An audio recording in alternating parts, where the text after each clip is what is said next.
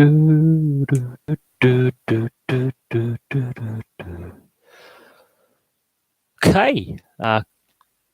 Good afternoon, ladies and gentlemen. It's been a while since we've had the laptop on a live stream, so it's good to have the laptop back. And obviously, the technical issues have, I think, been frustrating the last 3-4 weeks, and I really appreciate all those who put up with the technical issues we've had. We've actually gained some subscribers since we've had the technical issues as well, which is good to know. Obviously, today just watched the England New Zealand Rugby League Test match, the first test of the 3-test series. England scrape a win, 18-16. Both sides, I think, didn't adapt perfectly to the conditions. I think New Zealand obviously played Australia the other week and won in warmer conditions. They've come over to England. It's about 3 or 4 degrees outside. There's a threat of snow. It's really bitingly cold, northerly wind, not nice conditions. I think that had an effect on the game. Obviously, the weather is starting to turn. I think, obviously, they've got a 3-test series. They're playing at Anfield next, but both the next 2 games are on a Sunday for some reason. I don't understand why they've decided to schedule the games for Sundays. They had an opportunity today to pack out that stadium. They didn't. I'm hoping the crowd at Anfield's a decent crowd. I think Rugby League needs a decent crowd in Anfield. And the same for Leeds. I think they need to pack out those stadiums. The atmosphere today was really, really flat. But there we go. So that's the Rugby League. I've done a video on it. I've done my review on it. I feel the refereeing standard wasn't great. I think there was a lot of mistakes by both sets of players. The physicality was there. I think the discipline could be tested by both sides, and the referee's patience could be tested by both sides in the next couple of weeks. Obviously, the Rugby Union Autumn Internationals kick off as well. And of course, we're going to have the big debate is why Cipriani not in the England side. Well, he did get sent off in his last game. Admittedly, I think they need to clarify what is and isn't a red card when it comes to contact in the head. He was not really going with any force. He was stood there. The player was being tackled by someone else and makes contact with his shoulder. No real force or malice behind it. So there needs to be clarification on the high tackle law in Rugby Union. I think Rugby League, there needs to be clarification on what is a penalty try and should it be a yellow card. We saw that today as well, a penalty try given, which was crucial actually in the outcome of the game. Because if it was a try, it was no try because he didn't touch the ball down. So that was actually a crucial decision by the referee, and not to give a yellow card for that incident. There's no consistency there. Obviously, the Premier League full swing this weekend. It's the last weekend in October. Cardiff have got thumped by Liverpool.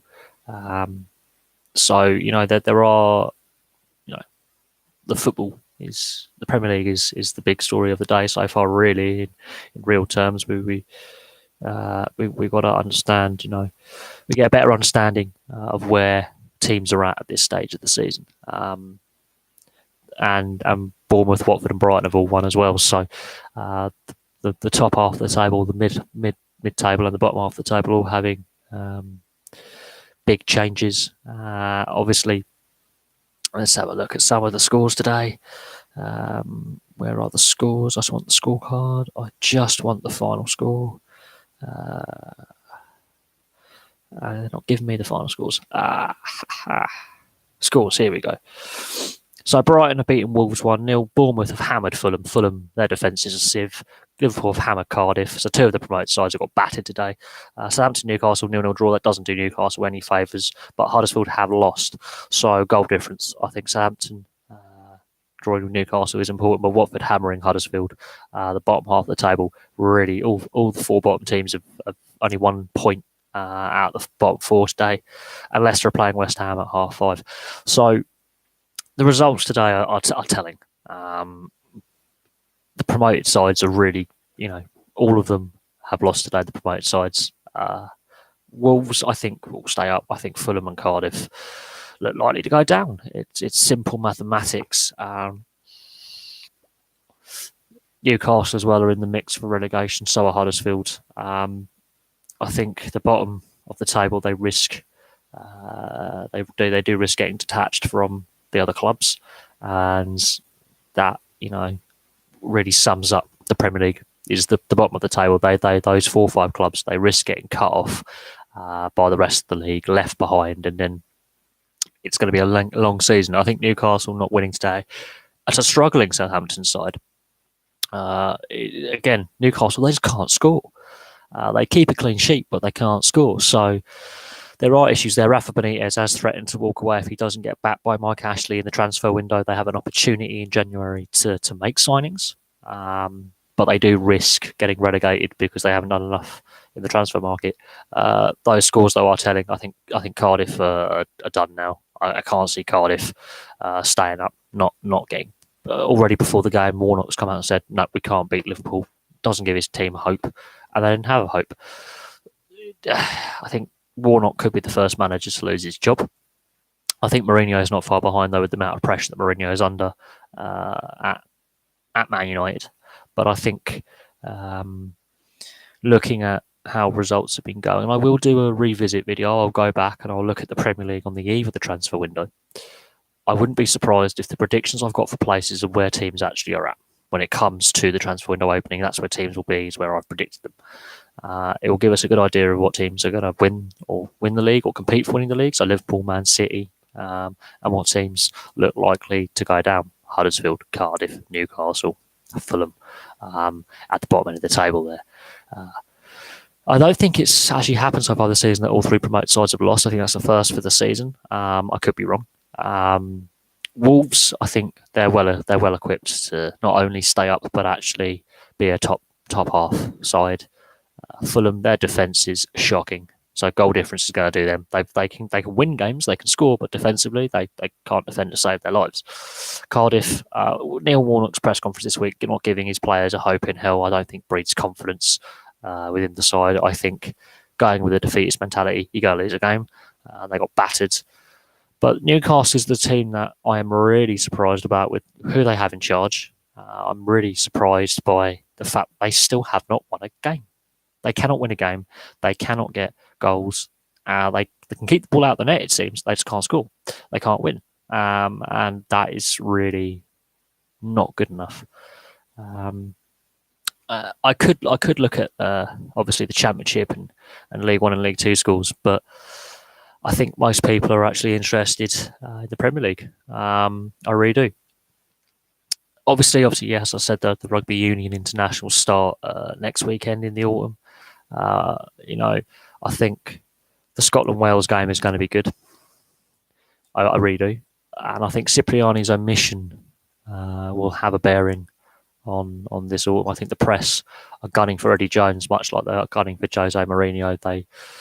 I think he's an international coach under a lot of pressure is Eddie Jones. I think the way the Six Nations went, the way that they went on this losing skid, that's been heavily highlighted. Some of his selection decisions have been heavily criticised over the last year or so. And the Cipriani debate is just going to go on until Cipriani retires, I think. Or says he's done it. Obviously, the World Cup is a year away. This time next year, we are in Japan. We will be in the knockout stages of the World Cup. And Cipriani until either Eddie Jones completes his contract or is fired. I think it's derailing the England dressing room. I think what's going on is England aren't playing well enough. Their discipline is not good enough. Cipriani on his end, yes, he got sent off in his last game for Gloucester, but he's actually had a pretty decent season up to this point. I think his off-field indiscretions is what's holding him out the side. Plain and simple, I think there's politics at the RFU. I think there's a lot going on there, and that's derailing the whole England setup. Yes, the NBA is back. I find it strange that the NBA starts the season a few weeks after the NHL. I'm surprised that is the case, considering that they're have a similar length season. I don't know how big the fan base is for the NBA here in the UK. I really don't. It's interesting that I do get a lot of questions about the NBA and video requests. I don't really follow the NBA. I'm not a fan of basketball. That's just personal. It's a sport that I will casually watch, but I won't get hardcore into. It's not a sport that I enjoy watching or playing. I never enjoyed it at school playing it. I did have friends who did, and that's fair play to them, and they are basketball fans, and there's nothing wrong with that. It's just not a sport I find entertaining for me. It's just personal preference. Never really got into it. Like basketball, I will know. Good ex if it's a good, if you're going to play a little game between mates, it's good fun. Have a little muck around playing the game. It's good exercise. I will say that it is very physically demanding, but not everyone's going to people like. It is what it is. I think another issue in this country is the funding level for it and the participation level for it. I think more could be done there. Maybe, the NFL was having games at Wembley. They're on free.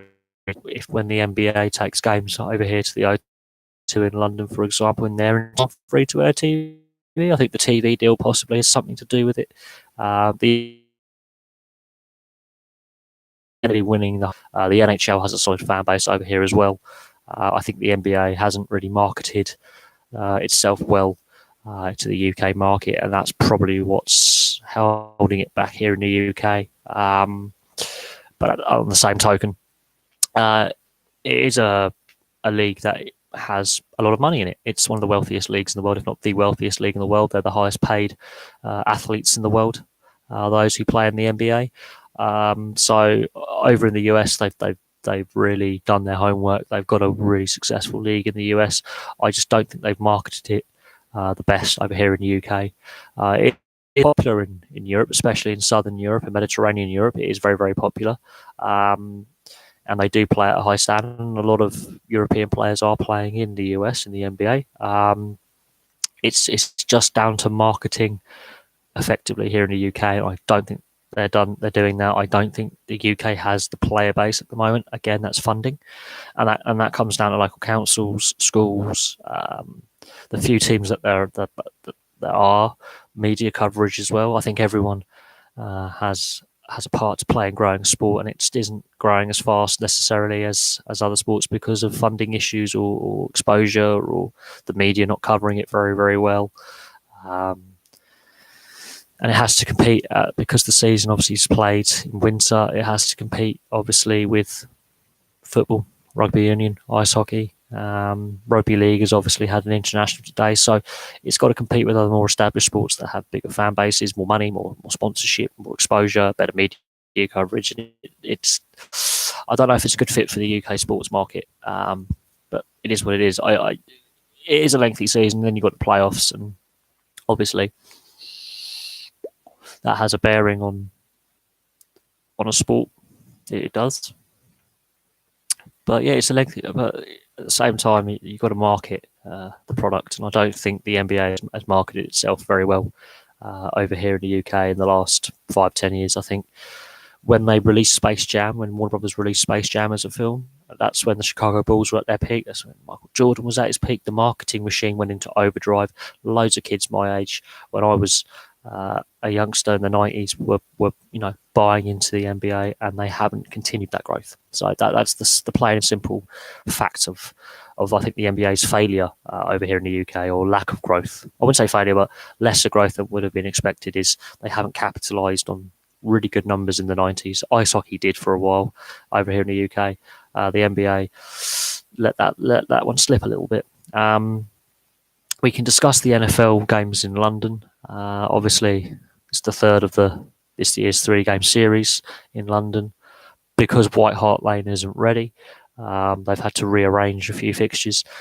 Again, the NFL are risking a lot with this deal with Tottenham because the stadium isn't ready. It's a big risk by both the NFL and Tottenham Hotspur on that NFL deal. I think that's where the Wembley sale was coming in to strengthen the Wembley end of the deal as well. I think the whole NFL in London is at a crossroads now. Have they overdone the international series? Did the players actually enjoy it? Did the hardcore NFL fans in the US actually like the NFL London series? That's an interesting question that I think needs to be answered. I don't mind the NFL in London, but I think, is Wembley the right stadium for it? I know that if they were to use Twickenham, that would clash with the Autumn Rugby Union internationals. Although next year we have the Rugby Union World Cup, so Twickenham could be available again because England, hopefully, fingers crossed, go far in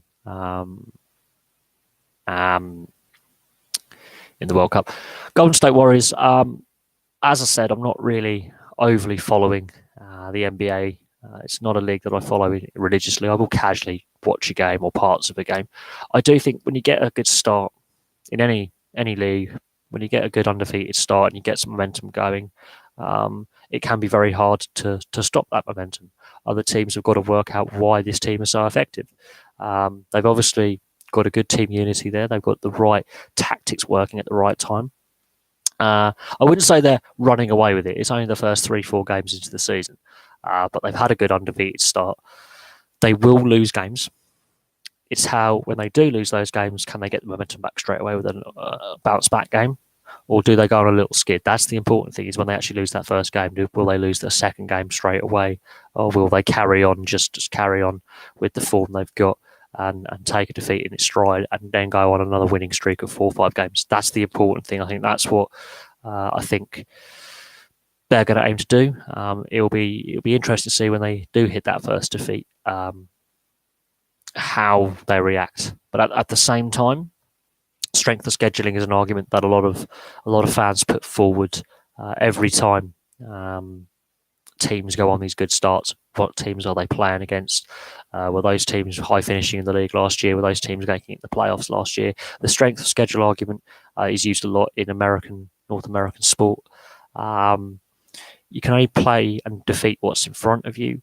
So if the team in front of you hasn't figured out tactically how to contain your scoring players or your star players, then obviously you win.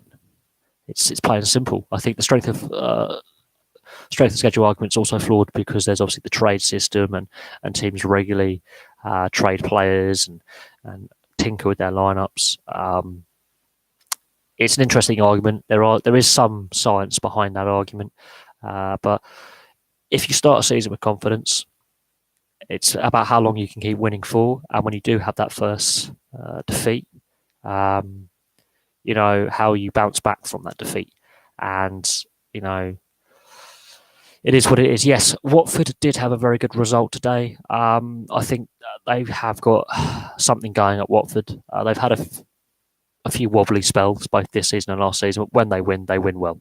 I think Watford are a much better side than people give credit for. I think they are going to be trying to push for European place.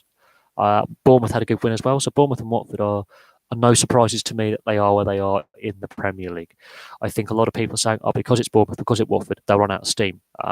They don't look like they will. I think they have bounced back from defeats, both clubs. They have shown that they are aiming for European qualification. I think Man United's demise is helping that. I think Man United not being the team they were 10 years ago is, I think, helping some of these sides try and break into the top 4, the top 6. We'll have to see. It's a long season. We have to see if, when the FA Cup comes around and injuries and the Christmas period when it's at the busiest, how that has an effect on them. But good win today.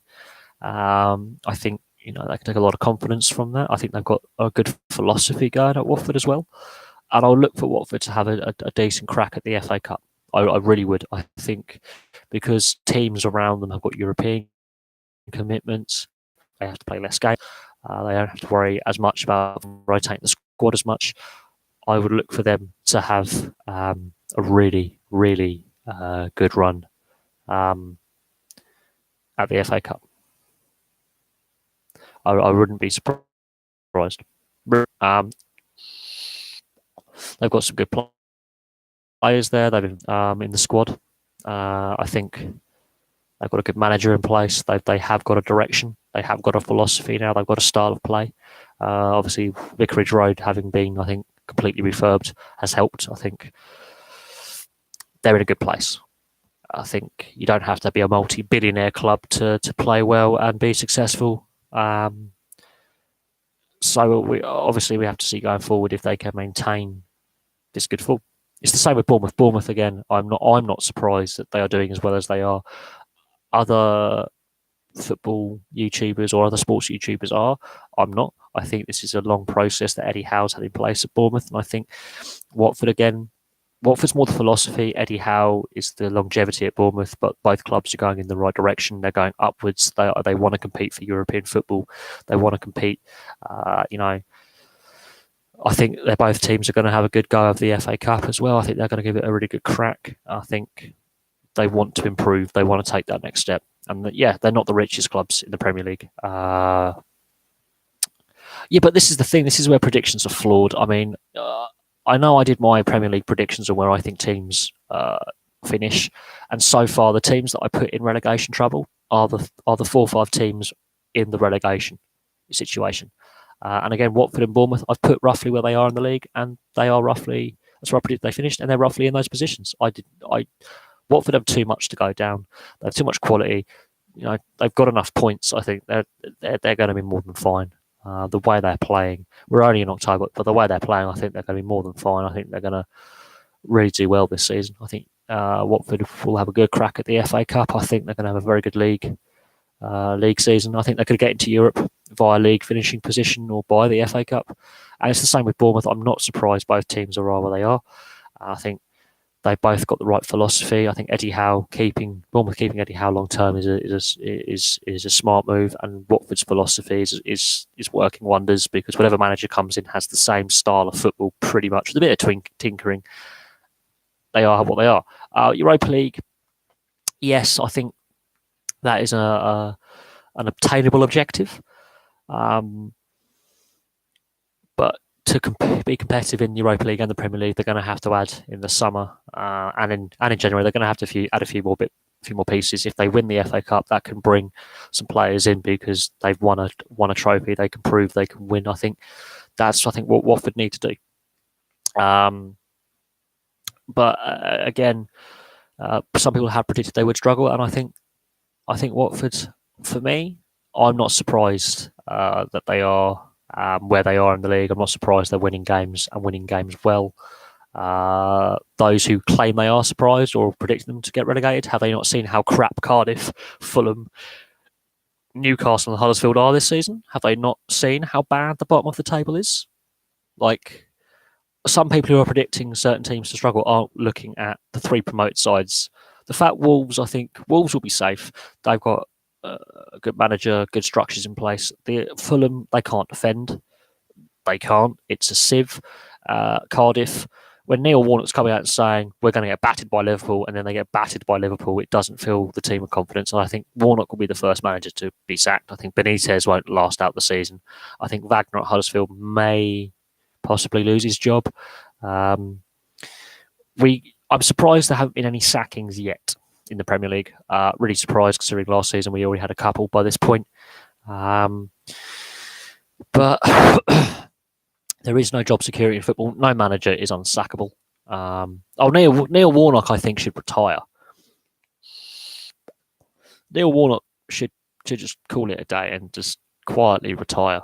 I think he's had a decent managerial career. He's been a manager now for a long time, but I think the magic wore off years ago. He just can't cut it in the Premier League. His best shot was with Sheffield United all those years ago, about 12 years ago. And it's debatable whether they should have been relegated or not with the Tevez situation of Mascherano, where who owned those players' rights and was there dodgy dealings. But I think that was his best shot was with Sheffield United. That was his best season in the Premier League. That's the only season he's actually fully completed in the Premier League without getting sacked. I don't think he's a modern day manager anymore. I think he's at retirement age anyway. That most working people would have retired and hung up, the boots. He's in his 70s now. I think Neil Warnock, I think has got to pass the baton to younger managers, because people like Neil Warnock are keeping young managers out of the game. I think on the other results today, Newcastle not beating Southampton or vice versa. Both clubs are struggling. Southampton are solid defensively. They just don't score enough goals, but they are picking up points here or there. Newcastle just can't get a win. I think Newcastle are in real trouble. Fulham getting ripped to pieces. They also can't defend. Out of the three promoted sides, Wolves will be the only team, I think, that stay up. I really, really do. On the Battle Bees playing today, I could not tell you. I will have to check on that. I think we're playing again tomorrow. I think because we've not got any games in hand. I think we played the most games in the league. A lot of other teams have got games in hand of us, so I think we're playing tomorrow. I will be at that game, and I'm looking forward to it. Any game between Bracknell and Basingstoke is always intense, with the amount of player transfer between the two sides and the fact that Doug Shepherd's gone the other way as coach as well from Basingstoke. It will be interesting. Yes, Wolves did lose today, but I think they didn't lose badly. They lost 1-0, but their form so far this season, they've shown more than enough to be a mid-table. They're going to be a mid-table side. Nothing overly special, but they've got enough. They've got the right philosophy in place, the right coach in place, the right players. They've added to their squad really well in the off-season, whereas Cardiff and Fulham didn't. I think Wolves will be fine. They didn't lose badly. Teams below them have dropped points, so they're not in any danger of being, overtaken by some of the teams below them. I think the teams below them are definitely worse. Looking at the bottom 3 or 4, you got Cardiff, Huddersfield, Newcastle, and Fulham. Palace are just above that, but I think Palace have got too much. But those clubs risk getting, detached at the bottom of the Premier League and really struggling. The teams above them look better. They look like they have more about them. Fulham just cannot defend to save their lives. Cardiff, Warnock's got to go. When you're coming out in a press conference saying, my players don't have a hope in hell, we are going to get battered, and then they go get battered, got to go. Negative manager, out of touch, he's got to go. Cardiff are not a Premiership side. On paper or in reality, they're just not. Newcastle, I think the Mike Ashley era has got to come to an end ownership-wise. I think the lack of investment's killing them. I think Benitez has come out and basically said, "You've got to back me in this window, or I leave." And I think Benitez will leave. Huddersfield, they haven't got enough. They've got enough fight. They've got the passion. I don't think they're going to win enough games. It's going to be tight. I think Huddersfield, Fulham, Newcastle, and Cardiff, it's going to be tight between those 4. One of those 4 is going to get lucky, and 3 of them are going to go down. And I couldn't predict which. I don't know which of them is going to stay up. Sorry. But 3 out of 4 will get relegated, and it's going to be a mess because I can see those 4 clubs, all of them, getting detached from the clubs above by some distance, and there could be a record-breaking worst Premier League season, worse than Derby County's. I can see that. I can see a season worse than Derby County's 11 points this season, and I think several clubs are in risk of actually getting less than 11 points. I think I've named 2. Huddersfield and Newcastle risk getting less than 11 points. I don't think Newcastle will. I've got Newcastle fans who follow the channel, and they're becoming less and less optimistic as each day passes. When I did my predictions at the beginning of the season in September, I was told I was wrong. They're going to stay up because I put them at 19th, finishing second bottom and going down. I stick by that. I cannot see how Newcastle can get out of this unless they add players in January. But by January, it could be too late. I honestly do believe that. I think they didn't make the investments in the transfer window they should have. I think Benitez knows he's not getting backing from Mike Ashley because Mike Ashley wants out. We know this. He tried to sell the club this time last year, so Mike Ashley doesn't have any love for the club anymore. He's tried his exercise and trying to sell Sports Direct products to the Northeast because that's based. He's used it as a marketing tool. I don't think he's lost the connection between the fans. The fans are against him up in Newcastle. He wants to sell. If Newcastle get relegated, he's going to get a lot less money than he wants. He's overvaluing the price of the club. He's actually devalued the club since he's been there as well. So the Mike Ashley ownership is part of the reason why Newcastle are where they are. Fulham cannot defend. Their defence is a sieve. I've seen Collanders that keep more water in than Fulham's defence can keep goals out of the net. I think. Those 4 clubs risk getting completely detached from the rest of the league, and then it's just a scramble for the one club that's going to survive. If they're going to do it, Huddersfield and Newcastle need to start winning. Cardiff, they need to get rid of Neil Warnock. He's well out of touch. Fulham needs to defend.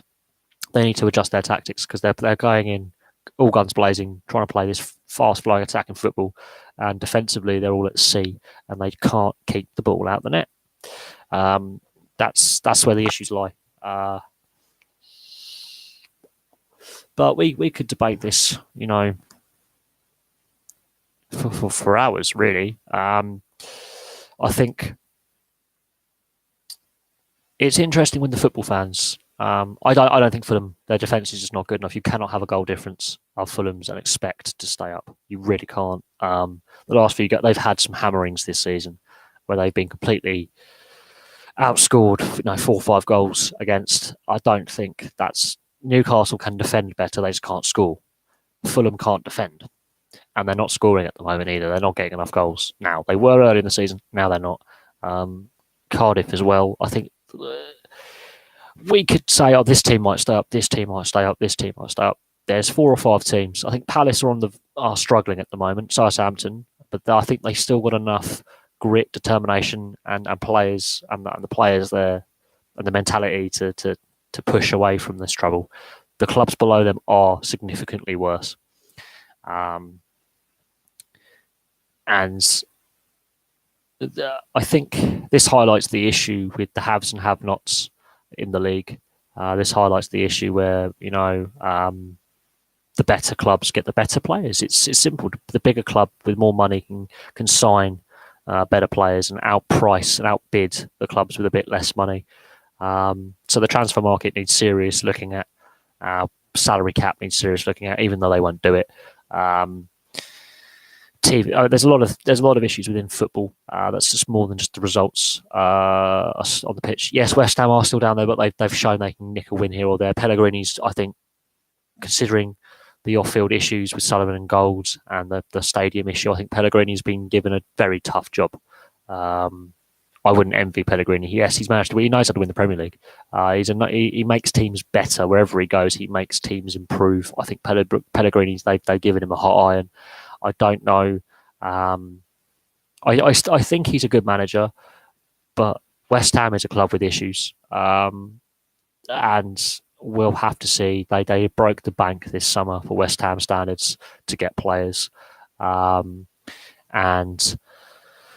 I don't know what the board expect him to do because he's got to get these players to gel and work together really well.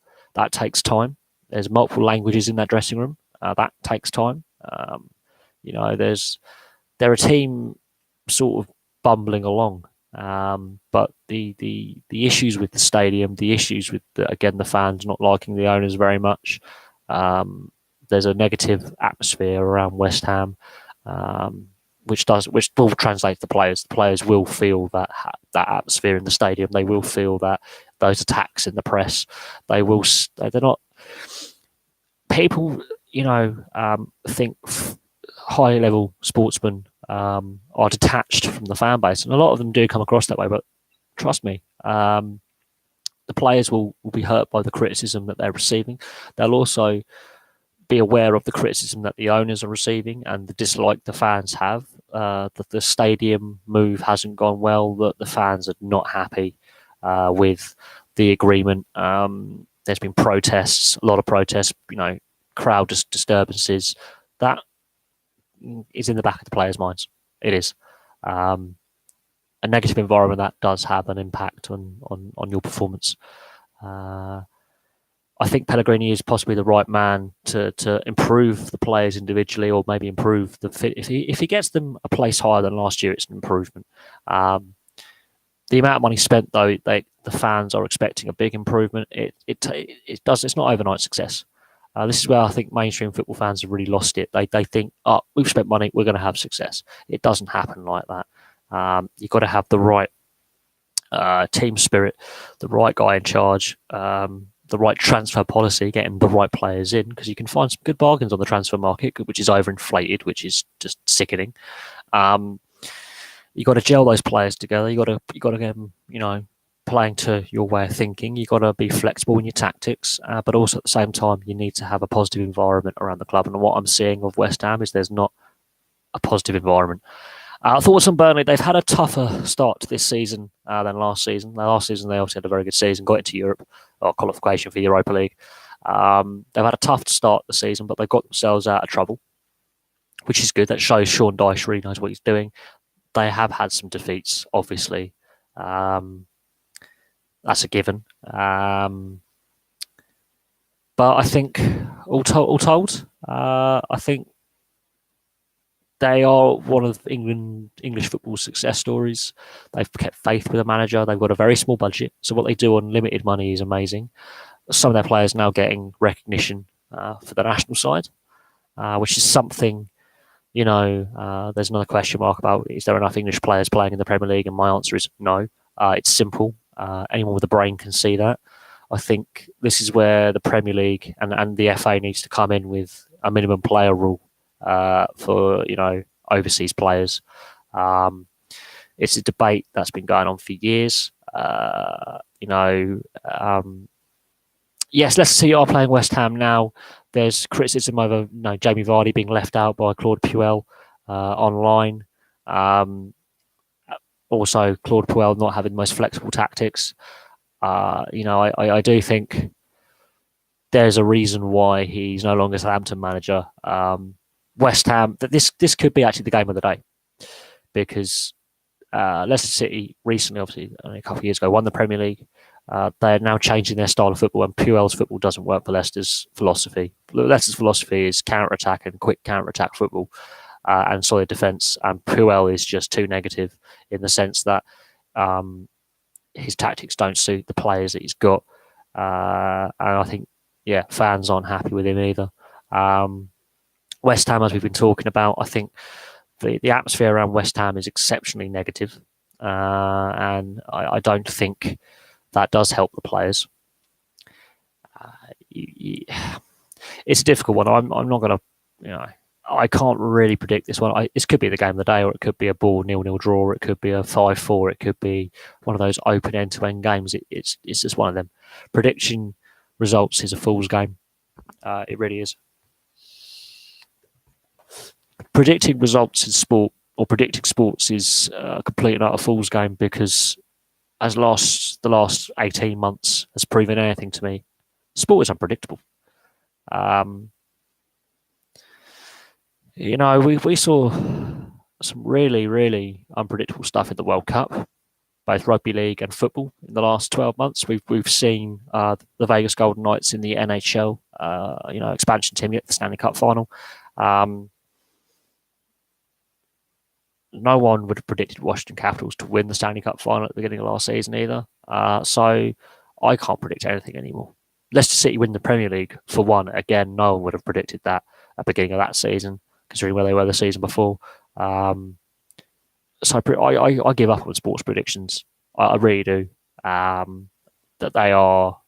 It's a mug's game, really. It's so unpredictable. It's anyone's game. I think Leicester City, being the home side, will have the advantage. I think they have got that, I think that gnarly experience as well when they need it. They have those players that have now got Premier League's winners' medals, so they know how to win.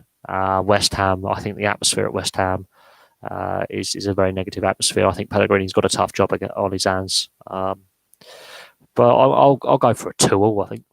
If a 2-2 is a fair result, I think that could possibly be it. I think it will come down to composure, defending, and discipline. All things that managers regularly go on about when they have their team meetings with their players and their halftime team talks is composure, discipline, and solid defending. Keep it simple. I think that's what could be the difference. I wouldn't be surprised if it's a draw, but if there are goals in there, I wouldn't be surprised either, because both sides can put the ball in the net, but also at the same time they're not the best defensively, so it could be one of them. It could be one of them games. West Ham, there is issues with West Ham. They either, I think the way they've handled the rental of the London City Stadium hasn't been great, and not much has been said now that the FA proposal to sell Wembley's collapsed.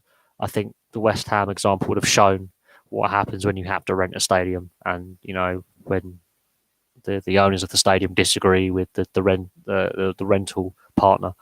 That might have had a bearing on where the FA deal to sell Wembley ended up. But personally, I think they were undervaluing the stadium. They were going to accept a deal on the cheap just to make a quick buck. No long term plan.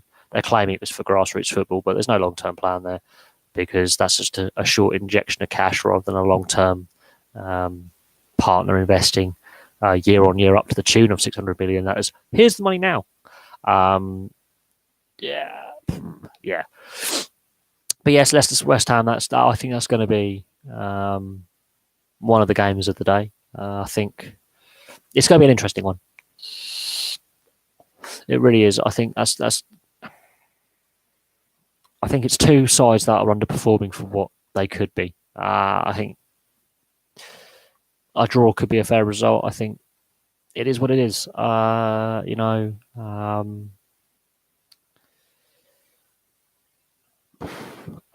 think I've talked the Premier League to death. I think we'll have to see what happens. I wouldn't be surprised if there's something controversial in that game as well. Obviously with the World Cup, we had the VAR debate and whether VAR was the right way to go forward with the technology. I think it is. I think it needs some work, and I was very surprised when the Premier League voted against implementing VAR. Yeah, Newcastle, Southampton. I'm not surprised that ended goalless. Both sides are struggling to score right now. But Newcastle, it just highlights all of Newcastle's problems. While the game was going on, I was watching the Rugby League Test match between England and New Zealand, so I didn't catch the Newcastle game. I've just looked at the results, and I'm not surprised Newcastle and Southampton have ended up with a 0-0. They're two of the lowest scoring teams in the league, and especially Newcastle. They can't buy a win, can they? I have concerns about Newcastle. I've discussed it. We could discuss Mike Ashley some more. I think what I find interesting is obviously there are other leagues and other sports to talk about.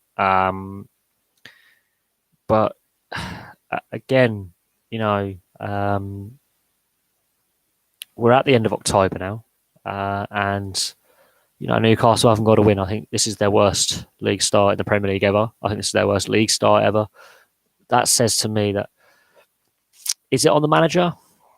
If he's not being given the tools to do the job, if he's not been given the money to buy the players, get the players in that he needs and wants to grow the squad, that's down on transfer policy and ownership. I think Mike Ashley is the problem here. Mike Ashley's ownership of the club is the problem. It's holding the club back. That's my answer to it. That's a simple answer to a very complex 12-year saga. It's Mike Ashley. I think the club would be far better off if he wasn't the owner. I think the club would be far better off with a fresh ownership group, some kind of, fresh thinking, because Benitez has come out and said that if he's not backed by Mike Ashley in January, he's walking.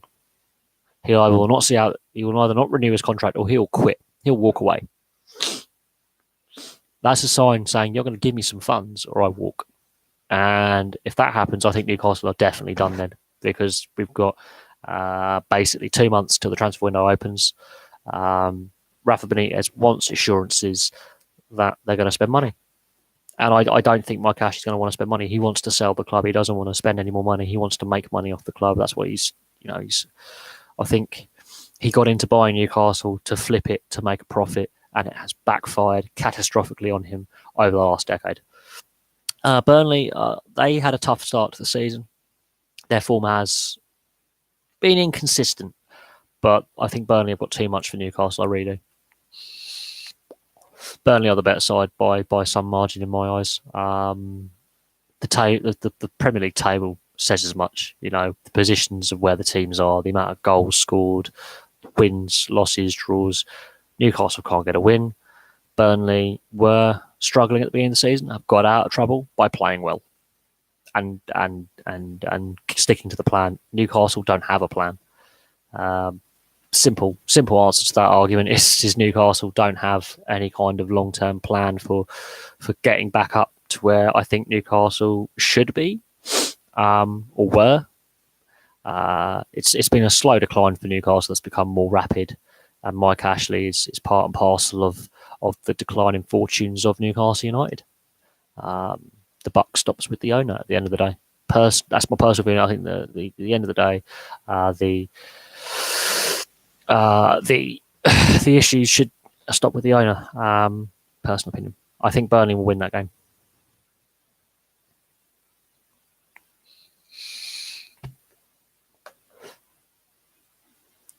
But honestly, hello.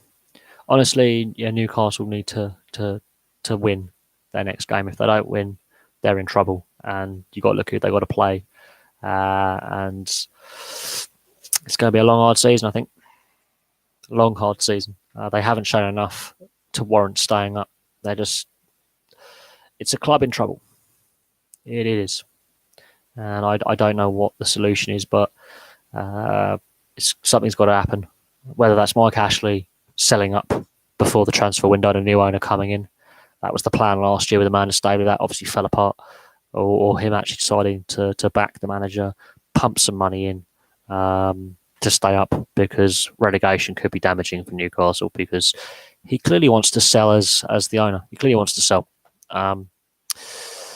Talking of Spurs, it's been announced that they're going to play all their home games until the end of this calendar year at Wembley. White Hart Lane is still far from completion.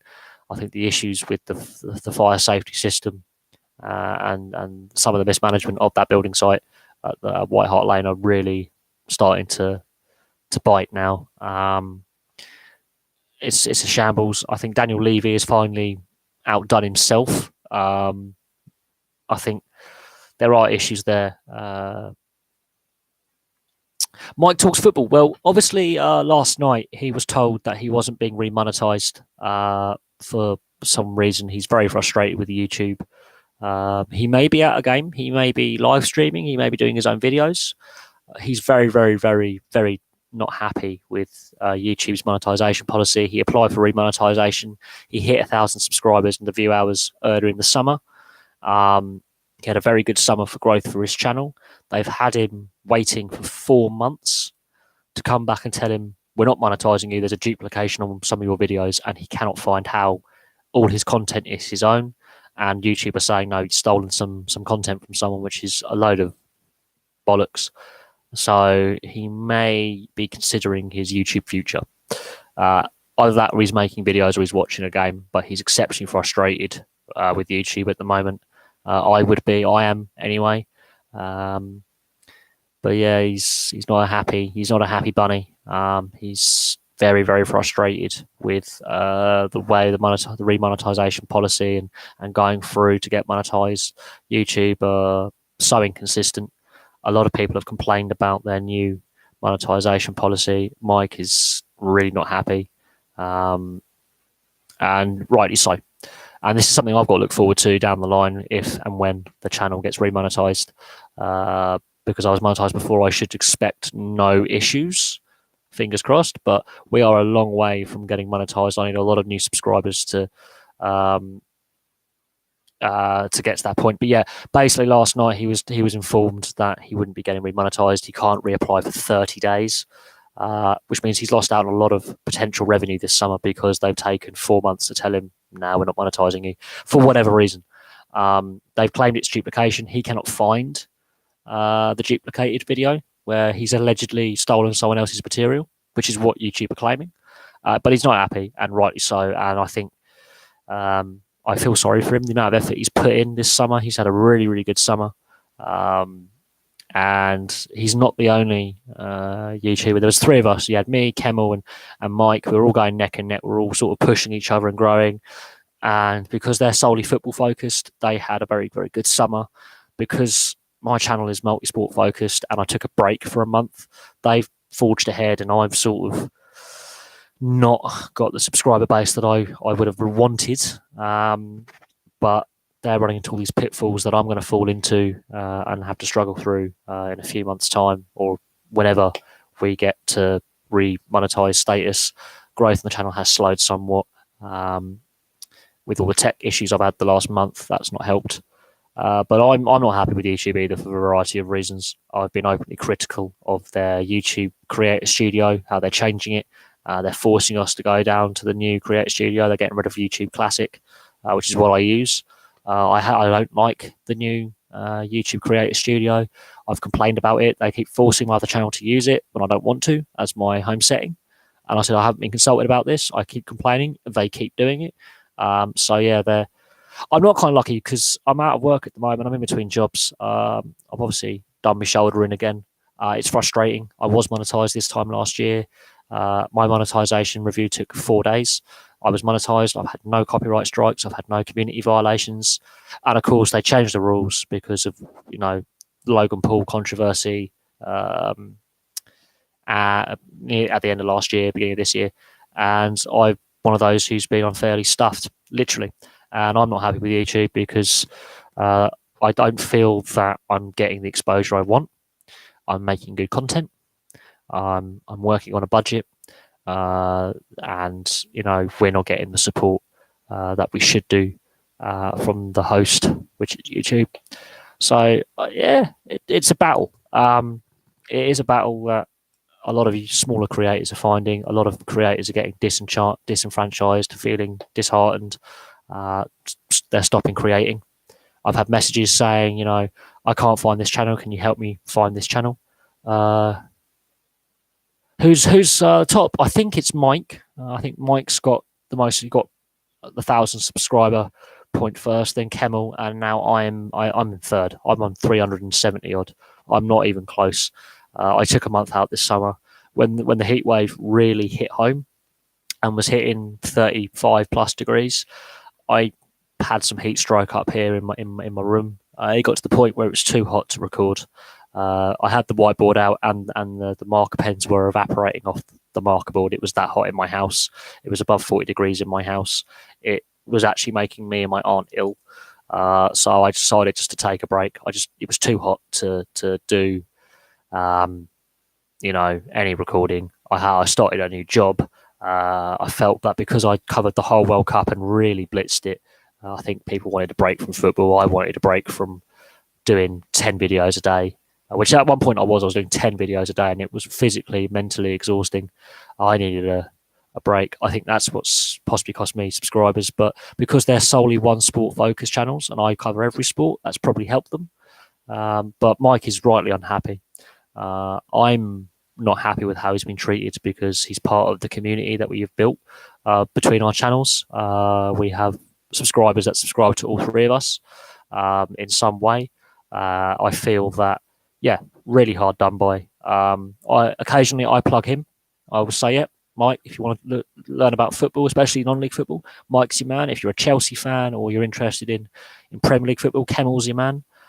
So I'll plug their channels on my channel. I would happily support them, and I think Kemmel might have. I haven't heard from him in a while, but he had his exams in the summer. Obviously, he's now at college, so he's focusing a lot as well on his college courses. I looked at his channel the other day. He hasn't had many uploads recently. He's been doing a couple uploads a week. He's not uploading as much as he was. So I don't know what's happening his end, but I know he's hit 1,000 subscribers. Whether he's decided to get monetization or not because he's under 18, I don't know, because he's only 17. So whether he's had a monetization problem because of his age, it could be. I haven't heard from him of late. He could have, I think he's probably going to the game tomorrow. Obviously, Chelsea have had a decent bit of form, so they're playing well under Sarri, and I think.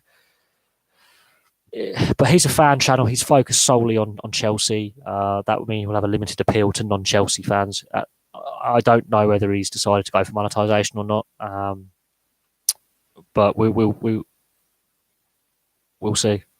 But he is a Chelsea fan, so because his channel is devoted to his football club, he will have a smaller viewership fan base than, let's say, me or a generalised sports channel on views. Although he's getting thousands of views a video, so he's not doing bad. His live streams pulling the viewers, so he's not having bad luck getting people to watch his videos. I think he may have hit the same problem as Mike has with waiting to be monetized. I think he's also waiting to be evaluated for monetization.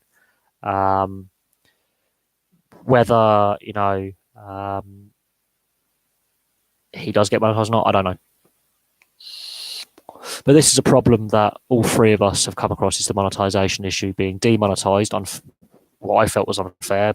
But YouTube just changed the policy, gave us 6 weeks to try and grow the channels, which just didn't give you a lot of time to really get back on the. To be fair, at the beginning, I was leading in subscribers. I was the monetized channel. The tables have turned somewhat. They're now pushed ahead, but I've had a channel longest.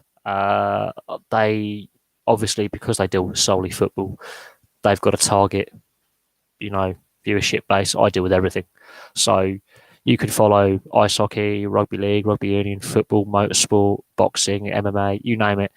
I will do a video on it. They, however, are far more focused on a particular team, particular sport.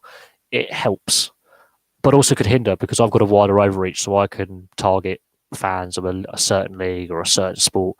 But we'll see. I mean, we've got these rugby league internationals now. Obviously, the 3 Test series for England and New Zealand. We win today. I think New Zealand were unlucky not to win that game. I think that's something we should look at is other sports. I know it's been very football heavy this evening with a lot of the questions and a lot of the discussion, but I think that's the difference between our channels. Is I cover all sports and they just focus solely on football. Hopefully, in 30 days, Mike has his review again and they just decide to monetize him, because I feel that's just not right. I've been following his channel since its inception. All his content is his own. The only thing I can think of is his end cards and what you see with the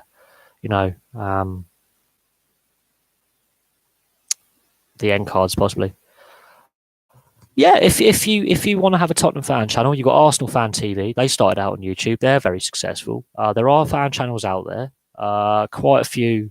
I've seen. I'm not overly a big fan of fan channels for the most part, but give it a go. Honestly, you can have that fan debate whether you think your club was right to rebuild White Hart Lane or not sign any players in the transfer market in the summer, only extend contracts of Harry Kane, etc., etc. That is the ultimate place to have it, is with Tottenham fans, and Tottenham is in the news a lot. The situation with the stadium is a big talking point, and I think fans aren't having their say, or if they are having their say, it's been overlooked by the ownership and Daniel Levy, who I can't stand. I don't know what your view is on Daniel Levy. You can have your say on, is Pochettino the right manager? Tottenham are struggling in Europe at the moment. They're not doing so well in the Champions League. The advertising campaign that Tottenham have run in the summer saying, "Welcome to White Hart Lane, the only stadium in London to watch the Champions League this season," and the stadium isn't built. So this is some of the topics that if you want to do a fan channel, you should consider starting on, because there's a lot of talking points with Tottenham and on and off the field. The Hugo Lloris situation going on with his mindset, with his street drive conviction, and obviously his sending off in midweek. That's a talking point. Is he the right guy to be in goal for Tottenham going forward? There's a load of debating points you could have. Is it the right tactics? Are we overplaying key players? Are we rotating the squad? Have we got enough squad depth? You can have all these discussions because you'll be in the right forum for those discussions on a Tottenham channel. You will get a lot of viewers very, very quickly. You will, honestly. Kemal's not uploading every day. I've sort of not uploading as much as I was, but at the same time, he's not uploading as much as he was in the summer because he has less time in his hands, because he is also a sixth form student. I wouldn't be surprised if he does a preview for the Chelsea game and a review for the Chelsea game. I think that's what he's sort of keeping it to now at the moment. But honestly, I couldn't tell you about another YouTuber's personal away from the camera issues. I don't know what's going on there. I do know, I kind of quick look at his channel, he's uploading a lot less than what he was. So whether he's also hit the same monetization issue that's demotivated him, I don't know. I can't comment. But I am finding this with other YouTubers complaining. I'll go on the YouTube help on Twitter. So many of them are complaining about the monetization wait. They've hit 1,000 subs. They've done the viewers. They've done everything that YouTube's wanting them to do, and then they're getting demonetized or not being monetized, and they're very frustrated. And I think YouTube are badly handling the situation with the smaller channels. They risk damaging the brand by harming growth. They're not looking after us, and that's where we're coming from as YouTubers, as creators. The smaller creators are not happy with the favoritism that these big creators have, especially when they do something they shouldn't, like Jake and Logan Paul. PewDiePie, they seem to get away with a lot of not very nice things, and we're getting punished for things that we haven't even done. There is a have and have not situation, and YouTube are running the risk of really alienating about 80% of their creators, going, sod you, we're not going to create for you anymore. Which means video services like Twitch have a great opportunity to snap us up and get us involved, because this is the crux at the moment. This is where we're at. Creators may start really going, sod you, we're leaving. And a lot of us switching off their channels and walking away from YouTube and going to the other video sharing platforms, because they feel that way inclined. They're going to Patreon, they're going to Twitch, they are turning their back on YouTube, and YouTube runs the risk of really harming itself. But that's my view on it.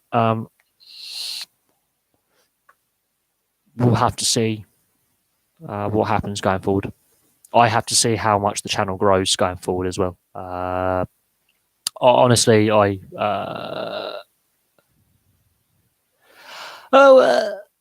Scunthorpe are in a position. They've changed manager this season. Obviously, they want to take the step to the championship. There's been Harry Kewell was interviewed today on, I think, Football Focus, and Notts County.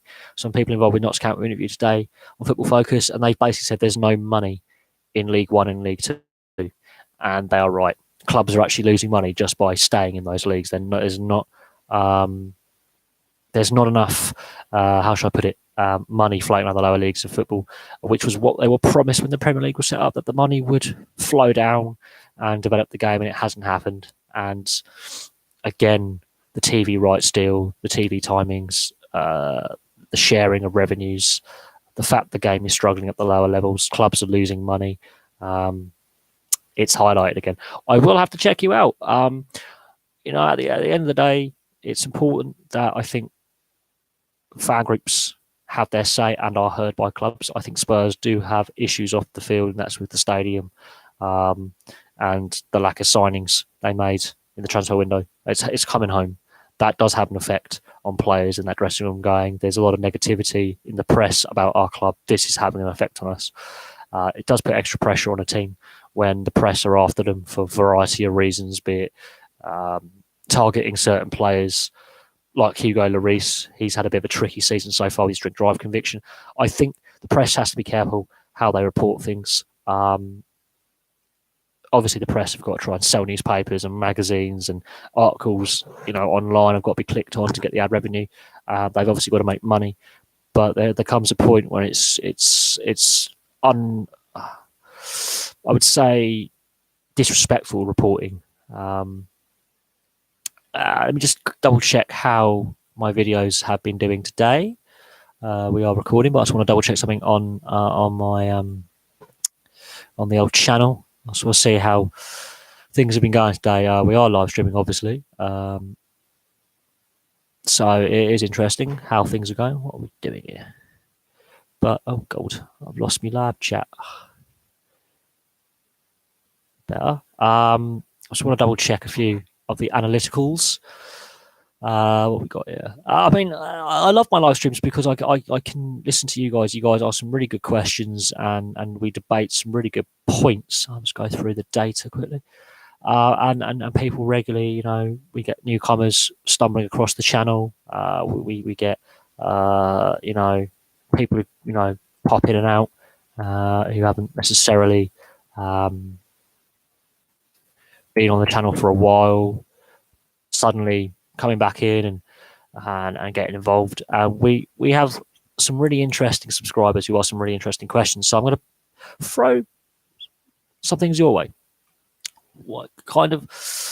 What do you expect from me as on this live stream? What kind of questions do you want to ask me? Like, what do you expect? Do you expect to give, my personal opinion, or what? This is interesting because I want to have feedback on what questions you want, what topics you want me to discuss. It's kind of interesting. That's why I like these live streams, because you guys can throw me subjects to talk about, and it's interesting. Obviously, we've got Spurs, Scunthorpe, and Newcastle fans in the chat.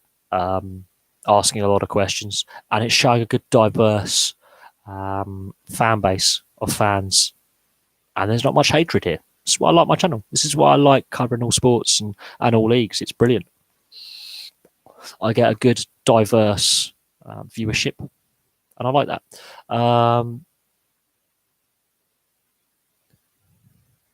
Yeah, again, that could be copyright violation because he's obviously been playing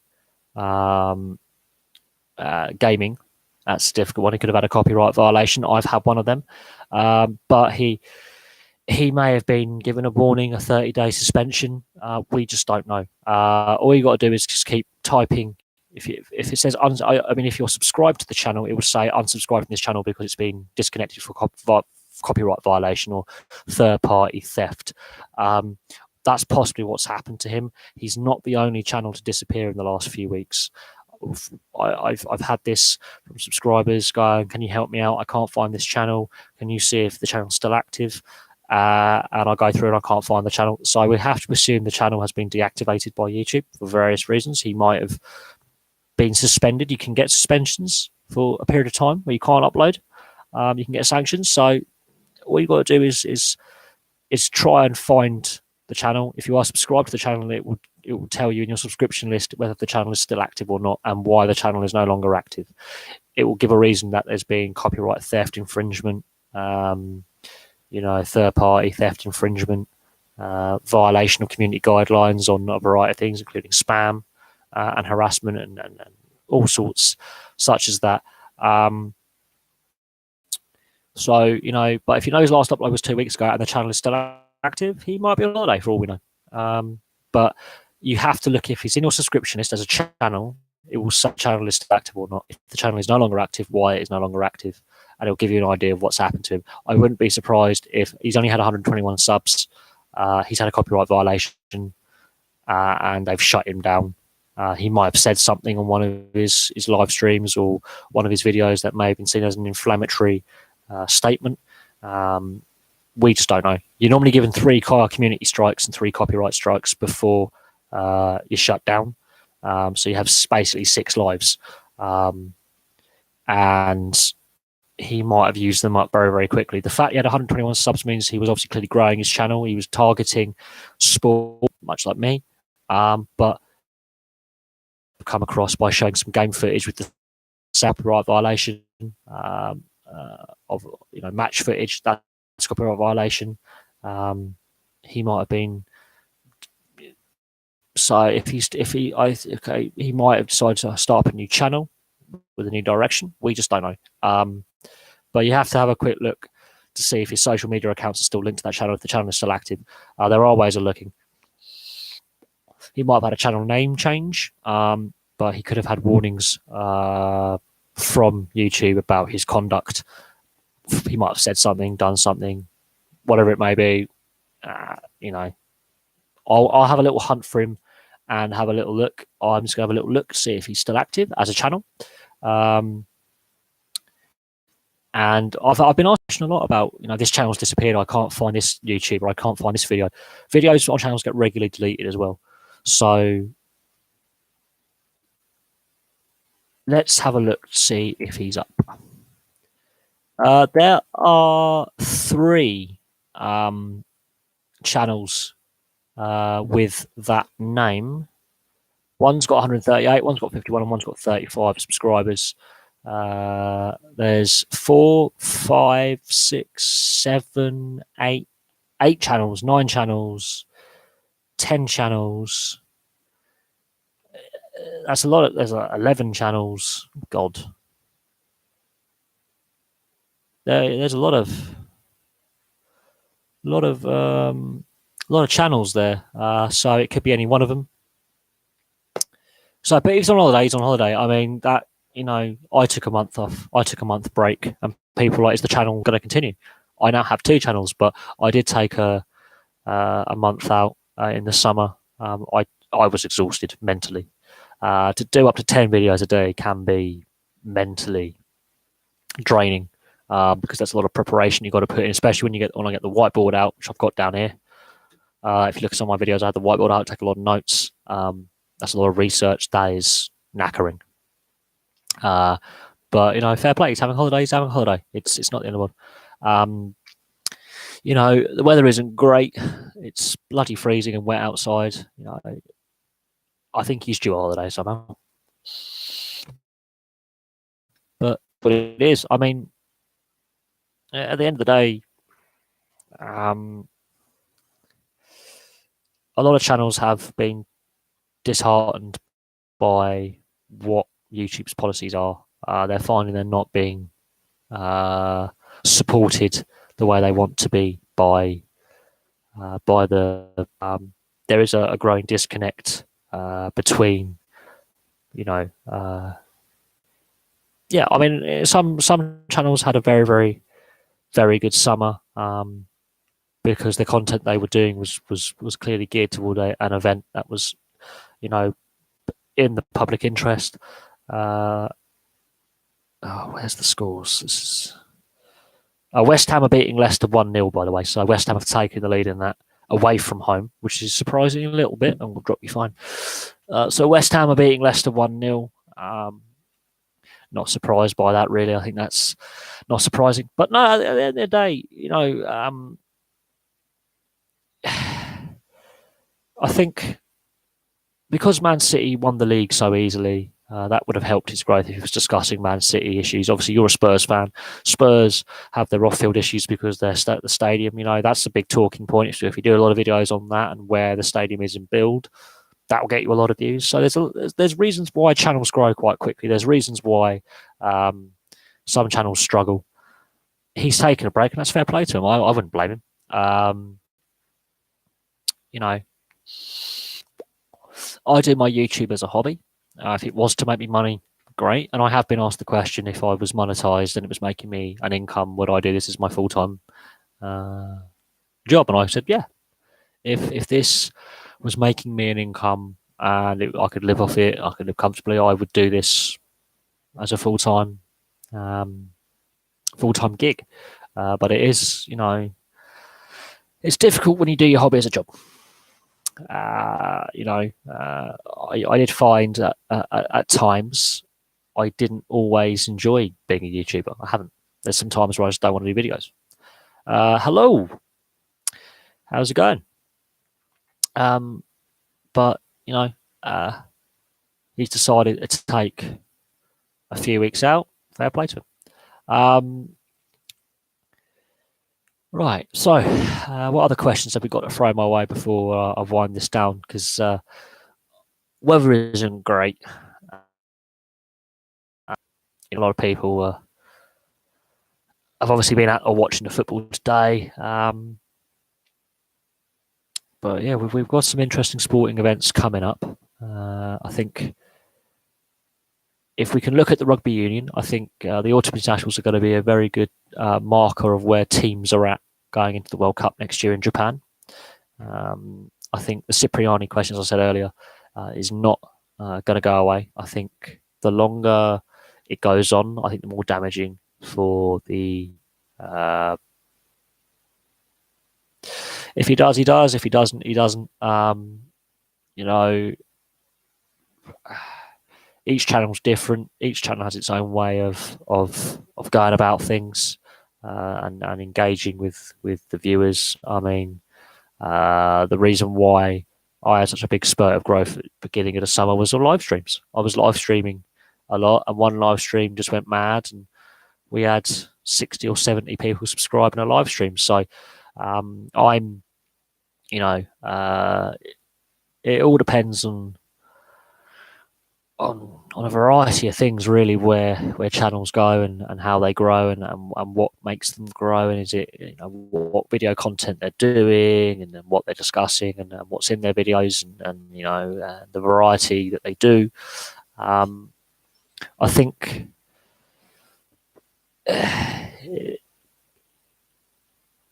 I'm not worried what other channels are doing necessarily. It's not my concern. A bit of friendly rivalry, yeah, that's kind of fun. I've had that with Mike and Kemmel. We've had some friendly rivalry at points, but it doesn't really bother me what another channel does until it actually harms my channel. So if someone's going out there and going out and whatever, and it's harming my channel for whatever reason, which has happened before, then I am not happy with that. But as far as I'm concerned, if he wants to take a direction where he's talking about rugby and football, fair play to him. I think all the merrier. I think the more YouTubers we have competing with each other, the better the YouTube community is. I think the issue is the monetization side of things and how YouTube have dealt with that situation. But all told, I have no issue with other channels. I think that the more healthy channels there are, the better that the community is on. I think that's where they've got it. Is with the monetization policy they updated at the beginning of the year. I think they got it wrong.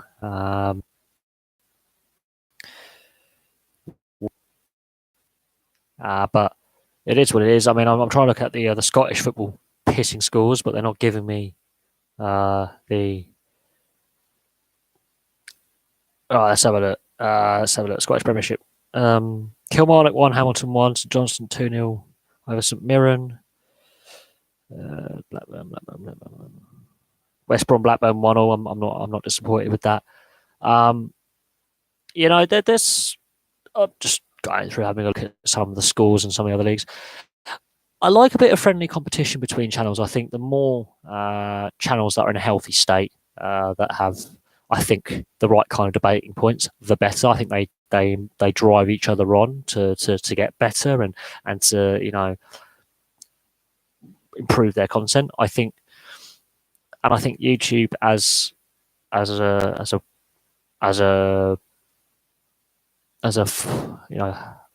way of, I think YouTube have mishandled things. It's the best way to describe it. I think they've not handled the change to monetization policy. I think those channels that were already monetized should have stayed monetized. Should they, unless they fell afoul of terms of conduct. I think demonetizing hundreds, if not thousands, of channels for not meeting 1,000 subs and X amount of view time when they'd jump through hoops just to get monetized in the first place. I think they. But yeah, here's the thing. He's on Arsenal Fan TV. Arsenal Fan TV is a brilliant bunch of lads. I find them hilarious, but they do tell it how it is. They're 100% committed to their club, but they tell it how it is. If they're not happy, they will let you know.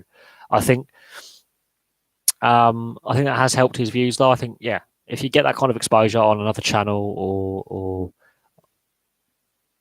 if you end up on TV or on radio, it does help. I think, but Arsenal Fan TV are brilliant. They themselves, much like the West Ham Fan TV as well, they are an honest speaking bunch of lads who tell it how it is about their club. They don't hold any punches. They will say if they're happy with something, they'll say. If they're unhappy, they'll say. And if I think fans get overlooked in the modern footballing game. I think they're not taken as seriously as they could be by clubs and the league. I think fans are being taken for granted when it comes to ticket price and merchandise pricing and food pricing at stadiums. I do think there's going to become a point where at some point where there's already a growing disconnect between fans and the sport itself, especially those in charge of the sport, governing it. There is a disconnect between the common fan and the FA. There's a disconnect between the common fan and I think the common player. They're not.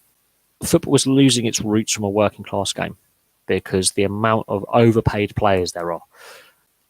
It is losing the ticket price is all wrong. The distribution of revenues is all wrong. The TV deals are heavily weighted to some clubs who want to heavily weight it further in their favour at the expense of others. Yeah, but PewDiePie is a wanker and Mr. Beast is a wanker. PewDiePie has done some really disgusting things. Nazism is thrown his way. Fascism has been thrown his way. He's allegedly made comments of a far right nature, and yet he's not taken off the air because he's a big channel. That just shows YouTube's thinking. It's a shame. It's a shame that they've pandered to these people for so long and have allowed them to basically write their own rules. It's one rule for them, it's another rule for us. I couldn't give a toss if they're the two most sub channels in the world.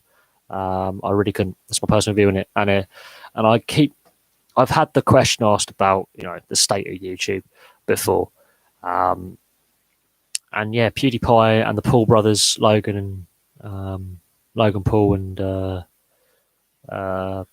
the other one,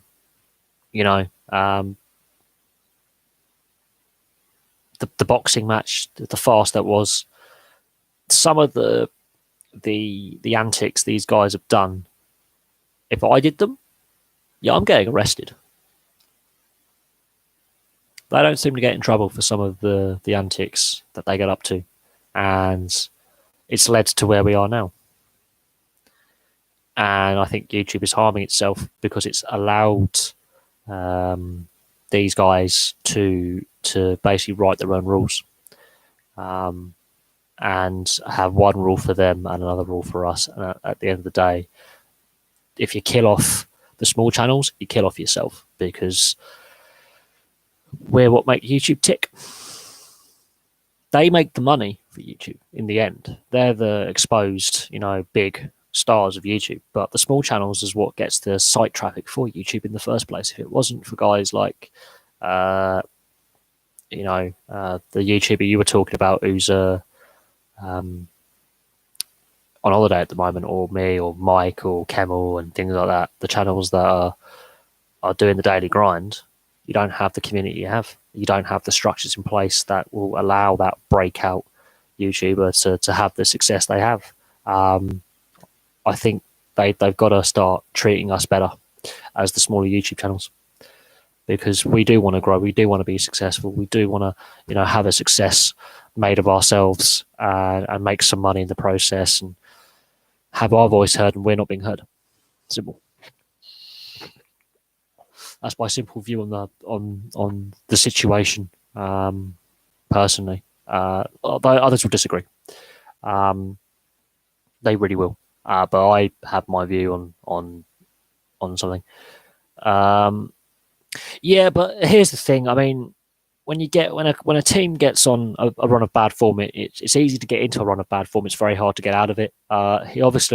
He's the second manager they've had this season.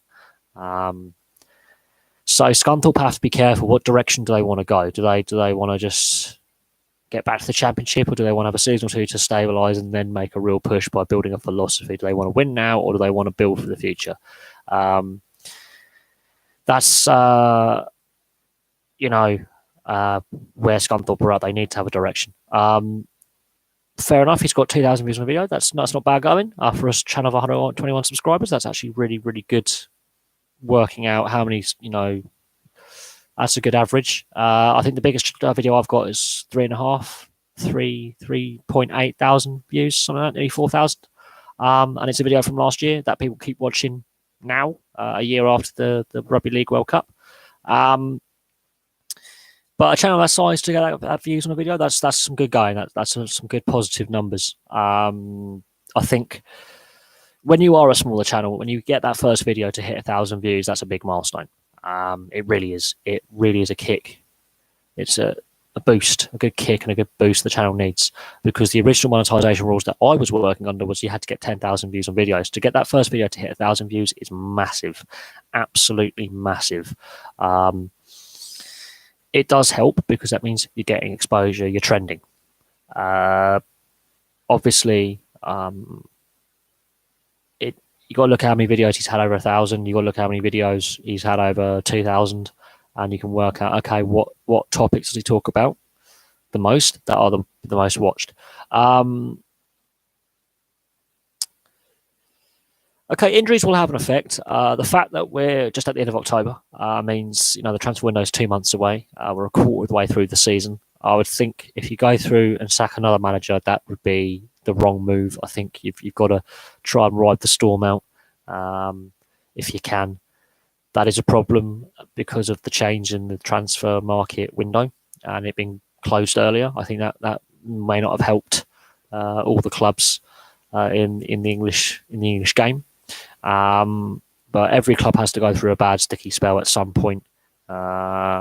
It's very easy to get into a bad patch of form. It's very hard to get out of it. There are ways to get out of it, and that is just to keep going with the game plan. But also be flexible in your tactics. If you're working out there's an issue in a position because of injury or suspension, you change the tactics to suit what is available to be played. Tips for me to say to him, I honestly don't know. Just say you've stumbled across the channel, you enjoyed the content. I would say, if he wants any tips how to grow, the best way to look at channels that have a similar content that they do and look how they do it. You got to learn from other channels as well. Be competitive with other channels in a nice way. Support other channels. But at the end of the day, the best way you can approach another YouTuber is to go, I really enjoy your content. I enjoy what you talk about. Is it possible you could do a video on this topic? That kind of thing. It doesn't have to be special. It just has to say that I enjoy your content. This is my favorite video. I like it when you talk about this sport or this club or this video game. Could you do another video on this video game or this sport or this team or this player? That kind of thing, because comments on videos also generate interest. Every time a video is liked, disliked, commented on, shared, viewed, it's creating traffic. The algorithm that YouTube has sees this video is making some traffic and will keep putting it up in the recommended videos list. So every time you communicate with the YouTuber, positive, if I'm honest. So just go up and just message him and say, look, I really enjoy your content. Is it possible to do a video on this topic, please? That's the best way to start a conversation, and then you get to know each other better, and then you can have a bit more of a debate about things, and you may even ask you to do some shared content. That's been offered my way is shared content with other creators. That's a possibility. Yeah, but this is how it works. I mean, Social Blades, I find that is a really interesting tool to use. They do look at various bits and pieces. Mike's turned up. Yay, talk of the devil, Mike's just turned up. Mike, I obviously hearing about your issues with monetization. We've been discussing that actually on this live stream, Mike. Your channel has come up for discussion on the stream. I do feel sorry for you, man. I know how it feels. It's a kick in the teeth when you get demonetized or you refuse monetization. I think YouTube is really mishandling a lot of its creators really badly, us included. And I feel sorry for you, man. I really do. I feel that you've been hard done by, because I followed your channel from pretty much the beginning, since you've had this channel. At no point is there any duplicated material whatsoever. Everything you record is your own. The only thing I could possibly think is your end cards? Is it something along those lines with your video image that you put actually on? I honestly don't know. I think that is a really lame excuse from YouTube saying duplication, because as far as I'm concerned, I've watched a lot of your content, and when I do watch your content, when I can, there doesn't appear to be. It's all your own work. So unless you've had the sound on in the background when you've been watching a game, when you're live streaming, maybe, I don't know. I think they've really mucked that one up. You've got to sit out the next 28, 30 days and just keep reapplying, because you say you've got no copyright strikes, you say you've got no community violations, then I can't see why they're not monetizing you. I think that's wrong. And the fact they've left you on tenterhooks for 4 months is disgusting. So just shows YouTube has really underestimated the backlash of the change in their monetization rules. They haven't had a plan B. They haven't had contingency plans in place, and they're really letting the community down. That's my personal view on it. But we were talking about your channel earlier. On Friday, I was at my mate's house last night, and his internet is absolutely appalling. Odd Man Rush, he's doing a lot of video game stuff as well now. He is good at the ice hockey stuff, but to be honest, I don't want to watch YouTube all the time. I know I'm a creator, and I know I do follow certain channels religiously, but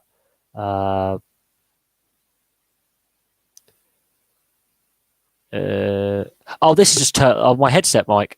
It's just Turtle Beach. It's for my Xbox, but because of the issues with the sound card and the speakers and the microphone, I'm just doing some little bit of experimentating with bit of an experiment with see if this improves the sound quality and the audio quality, because in the past subscribers and comments in video section said, "Oh, it's a bit quiet, can't hear you very well." So we're just doing a little experiment to see if this helps with the sound quality a little bit. And from what I'm reading in the comments, it is. So it's having a positive impact on the audio quality.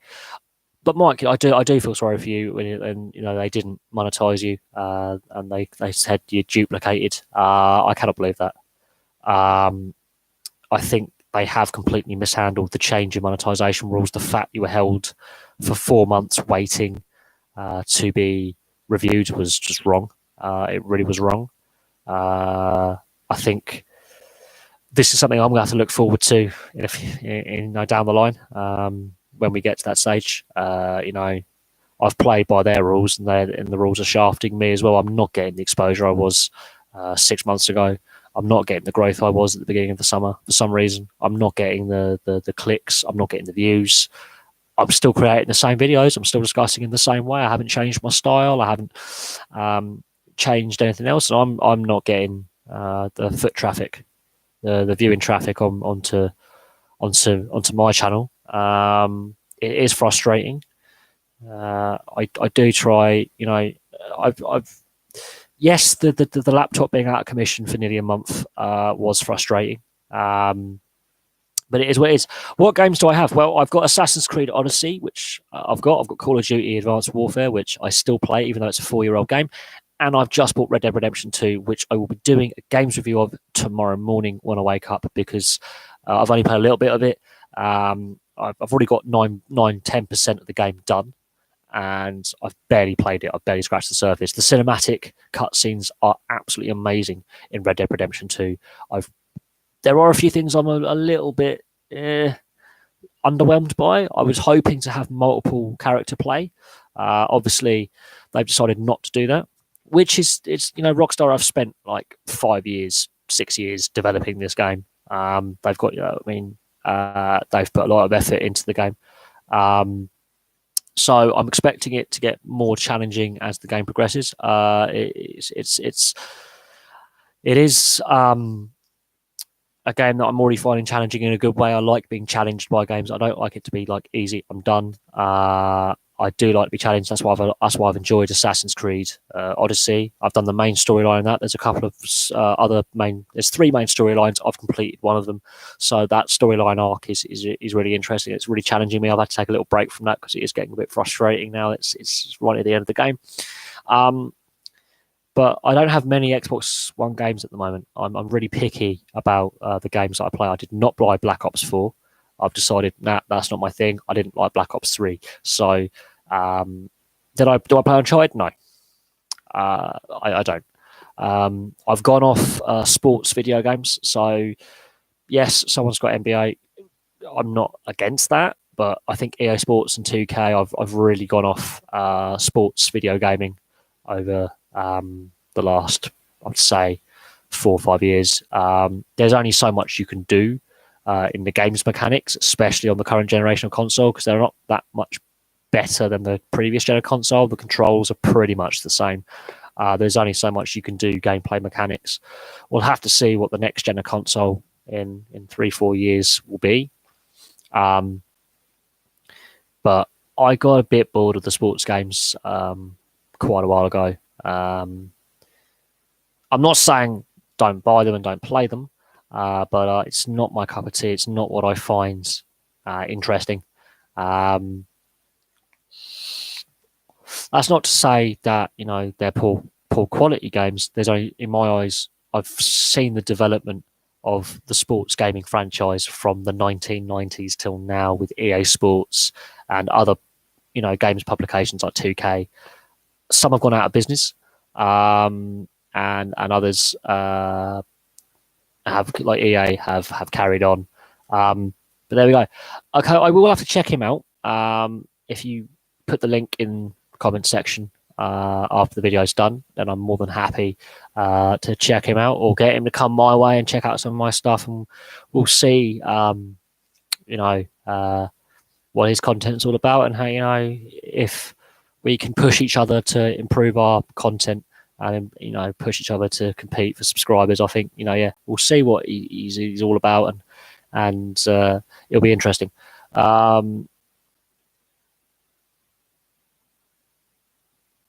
Yeah, I've got off FIFA so much. It's not the game that I grew up with over a decade ago. I've really got bored. There's only so much you can do with a sports game with the game mechanics. There's only so much you can do unless you radically change how the game is played. But at the end of the day, it's subjective. That's my personal opinion. If someone hasn't played a games franchise for 10, 15 years or a style of game for a long period of time like you, it is, again, as you say, new to you. But for me, I like more open world, open roam like GTA and Red Dead and Assassin's Creed type games. I like Call of Duty. I did try the EA Sports servers. They're not great.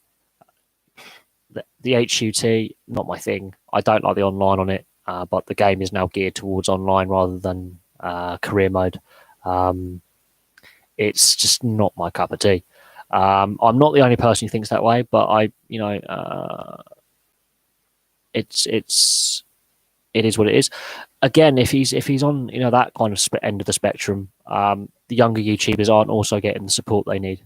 I'm lucky I'm nearly 30 and that I can go out into the workplace and earn myself a decent living should YouTube not work out.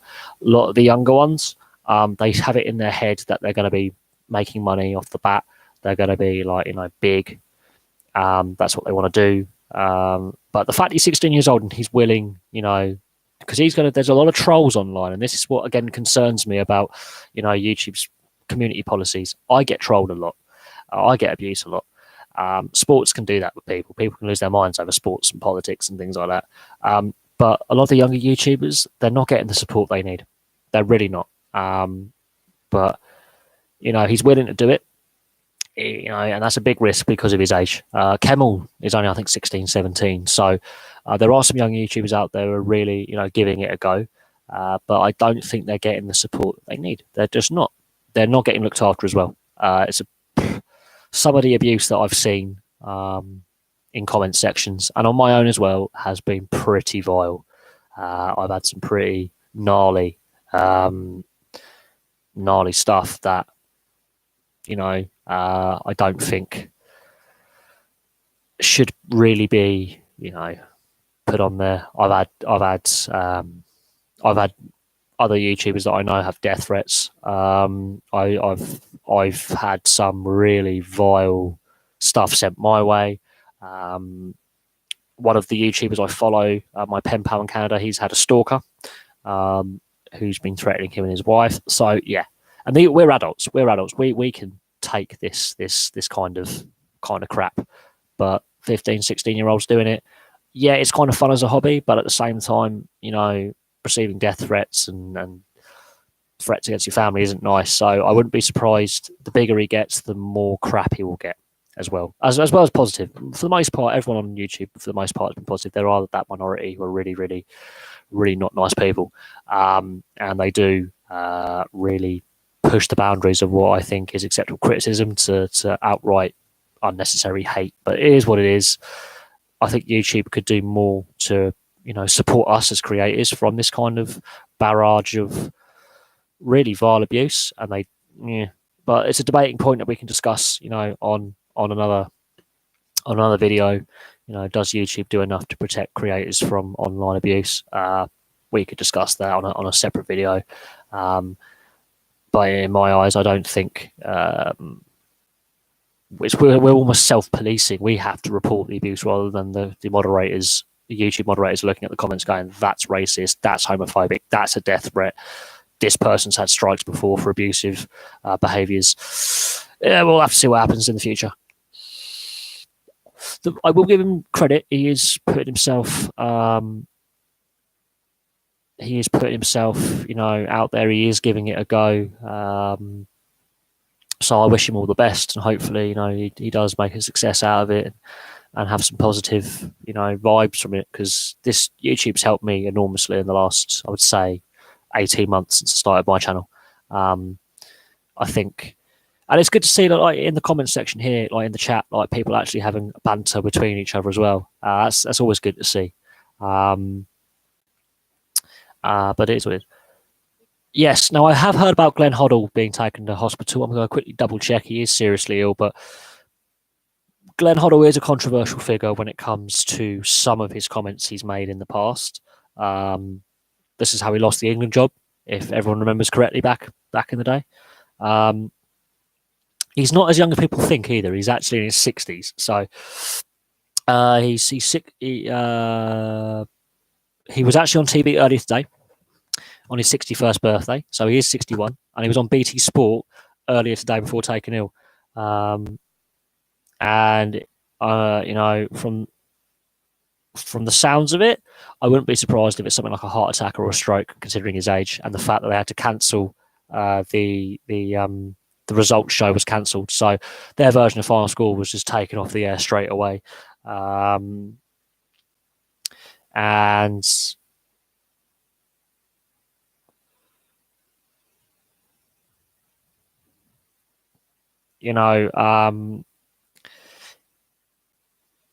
apparently he collapsed at the BT Sports Studios. So, we'll have to see, but it sounds something like a stroke or a heart attack. So we'll find out, obviously, in the next 24 hours how serious it is, but it doesn't sound good.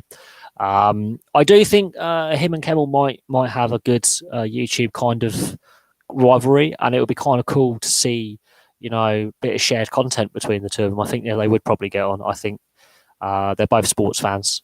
I think, at the end of the day, this is what YouTube should be about: positive, positive rivalry between YouTubers, pushing each other to improve and also supporting each other as well. I think, yes, that could, like, I think they will, gel quite well, and it will help both channels, no doubt. But the Glenn Hoddle thing, yeah, BT Sport did cancel their results show today. So he was appearing on his birthday. He was having a guest slot, and he collapsed at the studio. So we're assuming, it's either a heart attack or a stroke. So it is what it is. But he is 61 years old, and people forget, for some reason, this is quite common with ex-sportsmen, especially football and rugby, those who really have play in very cardiovascular testing sports, that when they retire, we've seen it with Ugo Ekiog, who passed away on the training pitch. So I'm only going by assumptions, which is a very dangerous game to play. But apparently, he was on TV, he had a guest spot, he did his part of his presenting tasks for the day, and then he suddenly collapsed. So we'll go with heart attack or stroke. They're your main red flags to highlight. Looking at his age and what he obviously did as a career, being a top level football player for so long, and then getting into coaching and still being active on the training pitch as a coach for so long, I wouldn't be surprised if he's overtaxed his body in the past. His body, has reached a point where, for whatever reason. But this seems to happen a lot with ex-football players, especially heart attacks is quite common. And even,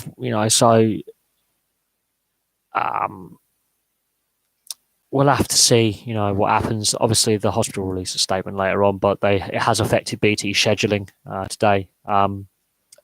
BT Sport is a TV channel that is, set of channels that's struggling anyway. I don't think they needed this, where they would have to completely reschedule a lot of their coverage.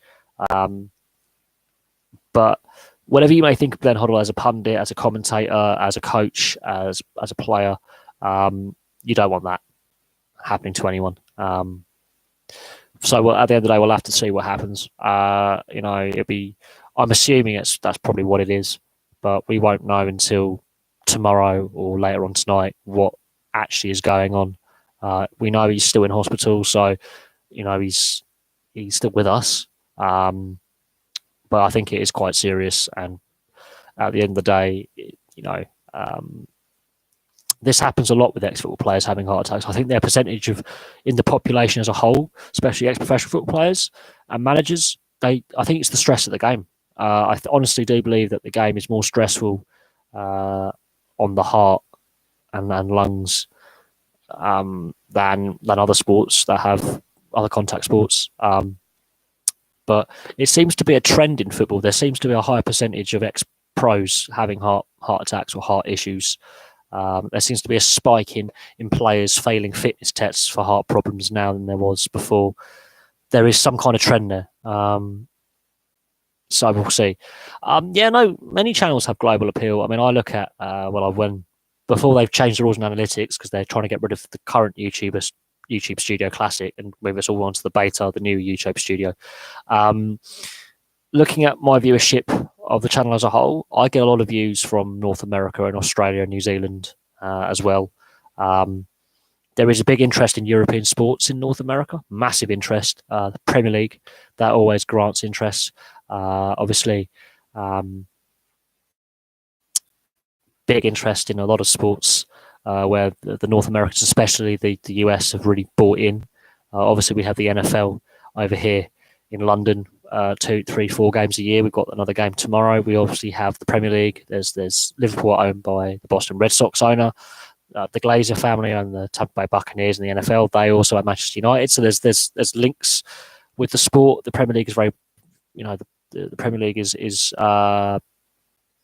very heavily watched in the United States. European football, La Liga wants to play a game in the United States, and FIFA have now come out and said, that we're against La Liga playing any games of domestic league in the United States. So the La Liga playing games abroad in the US debate is now. So there's a variety of subplots going on here. And yes, these sports create interest in North America. And North America, the US, is the biggest sports market in the world for disposable income and interest, because it's a sports-mad country. Massively, they're into the Premier League big time. They're picking up rugby league and rugby union big time. They have interest in a variety of things, and to have things like the NFL play regular season games over here, and the NHL play regular season games in Europe, and the NBA play regular season games, and Major League Baseball from next year to play regular season games. There's obviously an interest in the European fan base as well, and European-based leagues. So I'm not surprised that a YouTuber that does deal with sport has a following or viewers in the US. I've got subscribers and viewers from the US, so it doesn't surprise me either.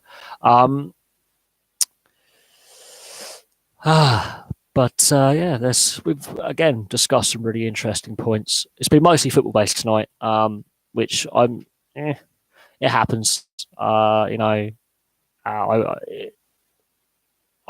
it just shows though that the variety of sports we talk about and the variety of fan bases. I mean, we've got a variety of football fans, from a variety of clubs watching or being involved tonight. We've had, on any given night, we could have fans from 4 or 5 different countries and 4 or 5 different leagues in the comments section on, let's say, any given live stream.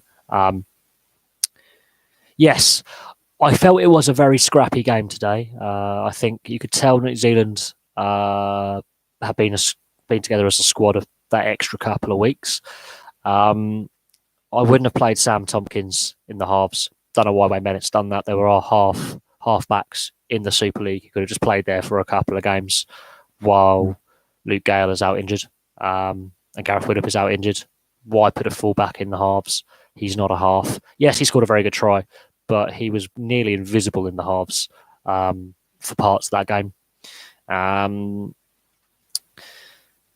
felt lucky to scrape a win. The atmosphere was shocking. A whole tier of the stadium empty seats all around. Rugby League has an opportunity to really really sell these 3 games. Yes, they're on free-to-air TV, which is brilliant, but they have an opportunity to, really sell the game, and they're not taking the game outside of the north of England. They've gone too safe. I'm not sure if Anfield necessarily is the right stadium to host a Rugby League International. I'm not sure on that. They've gone for the safe. Let's go for Leeds and Hull and throw in a team from the north, a town from the northwest or a city from the northwest. Let's get us a game there. They've gone on the safe side, and I think that could backfire. The game itself, I think the refereeing standard was not great. Super League standard poor refereeing there. The tries that were scored were well created, I have to admit. The few tries, I thought we would have more scores on the ball. I thought we'd be more open. I think the weather might have had an impact. It's very cold today. There's threat of snow. There are snow showers floating around, and it's only October. That shows how mad the weather's been this year. The kicking game was poor. I think, it's good to have it back, and it's good to have all games on TV. So that's really good. That's a positive. But Rugby League, I think, where they've decided to put the games playing on the safe side. And if Anfield though doesn't pay off, makes Rugby League look really stupid. Empty stadiums aren't great. They need to pack out Anfield. If they can't pack out the whole City stadium, where a city with 2 professional Rugby League teams, I'm a bit concerned that they might have even more empty seats at Anfield next weekend. Even though St Helens is the nearest team, I'm really concerned that Anfield could be not well filled. And that's a beautiful stadium, and I've never seen an Anfield with empty seats. So if they don't market it right, could be embarrassing for TV. But the actual on the field, Sean Johnson, I felt England, for the most part, dealt with him very, very well. But I have concerns going into next week. O'Loughlin only played 20 minutes. Well, actually, less than that. He only played about 15 minutes of the game and then didn't come back off the interchange bench. So, leadership issues. I felt the younger England players play quite well. But I think that New Zealand, I think, have got a new direction now. And looked a bit more threatening throughout the game, ball in hand. I don't talking about competing with other YouTubers. I like having a friendly rivalry, but I'm not bothered if they have more subscribers than me or more views for a video than me. At the end of the day, they have their content, I have mine. Yes, we do support each other. We do help each other out. We'll support each other on the various platforms online, be it on Twitter, on YouTube, supporting comments, watching each other's live streams. I honestly don't. I think now it's just it's just 3 YouTubers sort of having fun. At the end of the day, Arsenal fan TV though are fun. I do like watching some of their content occasionally. It's a bit different now that Unai Emery's there, but when Wenger was towards the end of his time in charge, the some of the videos they did were absolutely hilarious because it showed how exasperated I think Arsenal fans felt with the direction of their team and the club and the lack of winning the league. I think has really rankled with Arsenal fans, but it does make me laugh. I sometimes like watching fan channels because it's just fun. Um, it is fun. I mean, end of the day, I'm not a big fan of like fan channels as a whole, but there are some that are really really funny and enjoyable to watch. And Arsenal Fan TV is one of those that really they get national coverage. They do get on the news. They do have a wider viewership than just Arsenal fans because they are fun to watch. Yes, we have had the not here in Berkshire, but there is snow floating around on the east coast. Scotland's had snow in the mountains. North of England's having the odd snow shower. There is snow floating around. There is a chance that it might get cold enough overnight for it to snow a little bit instead of rain. And I am going out tonight, so I'll be hoping it doesn't. But no, there is a chance of a bit of snow in the air. It won't settle, not this far south, but it is cold enough for it to have a bit of white stuff come out the sky. And yes, considering the year we've had in weather from January till now, we had a very late flurry of snow in the winter. Just the longest heat wave I've ever remembered. Some of the hottest temperatures I've ever had experienced in this country.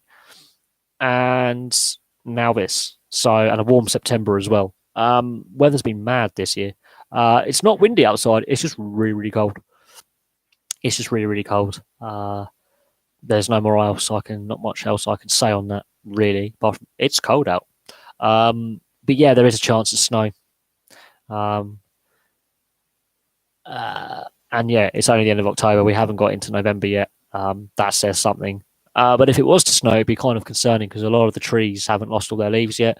That could mean a lot of branches down. But it's not windy. It's just the wind's coming from the North Pole. That's where it's coming from. But yeah, so any more questions at all? We have discussed a lot of football-based stuff.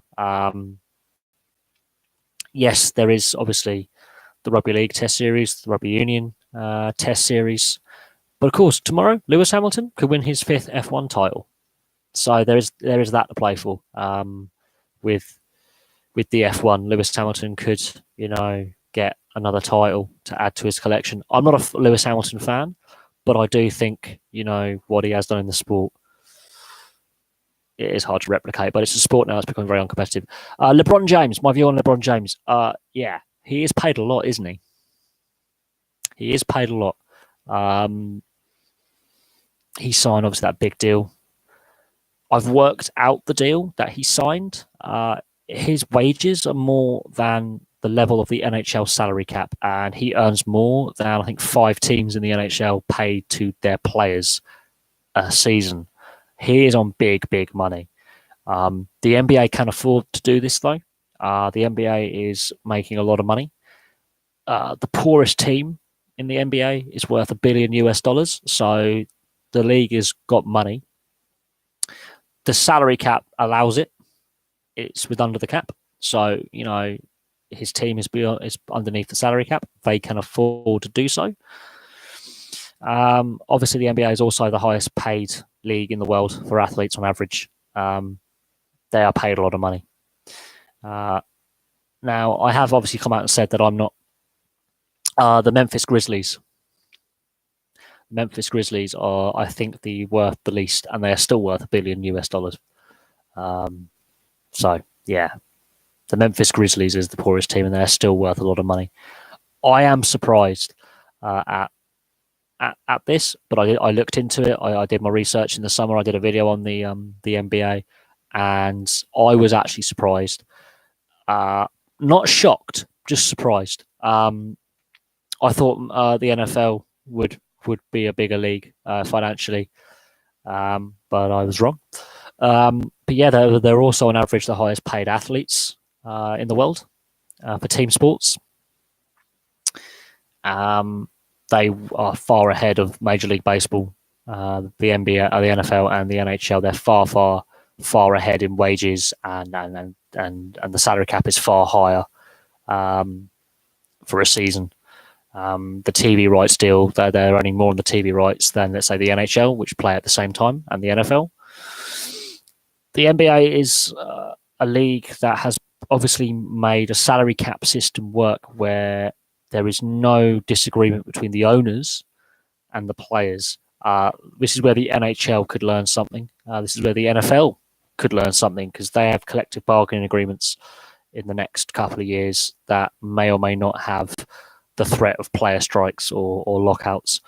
Major League Baseball also has had its issues with player strikes in the past. I think, yeah, the NBA, I think, is the best run major league sport in North America. They have got it right. Whether fans agree that the NBA has got it right or not, or that the best one is to me, from what I've read and what I've researched, they are the wealthiest league as a whole for value of teams in the world.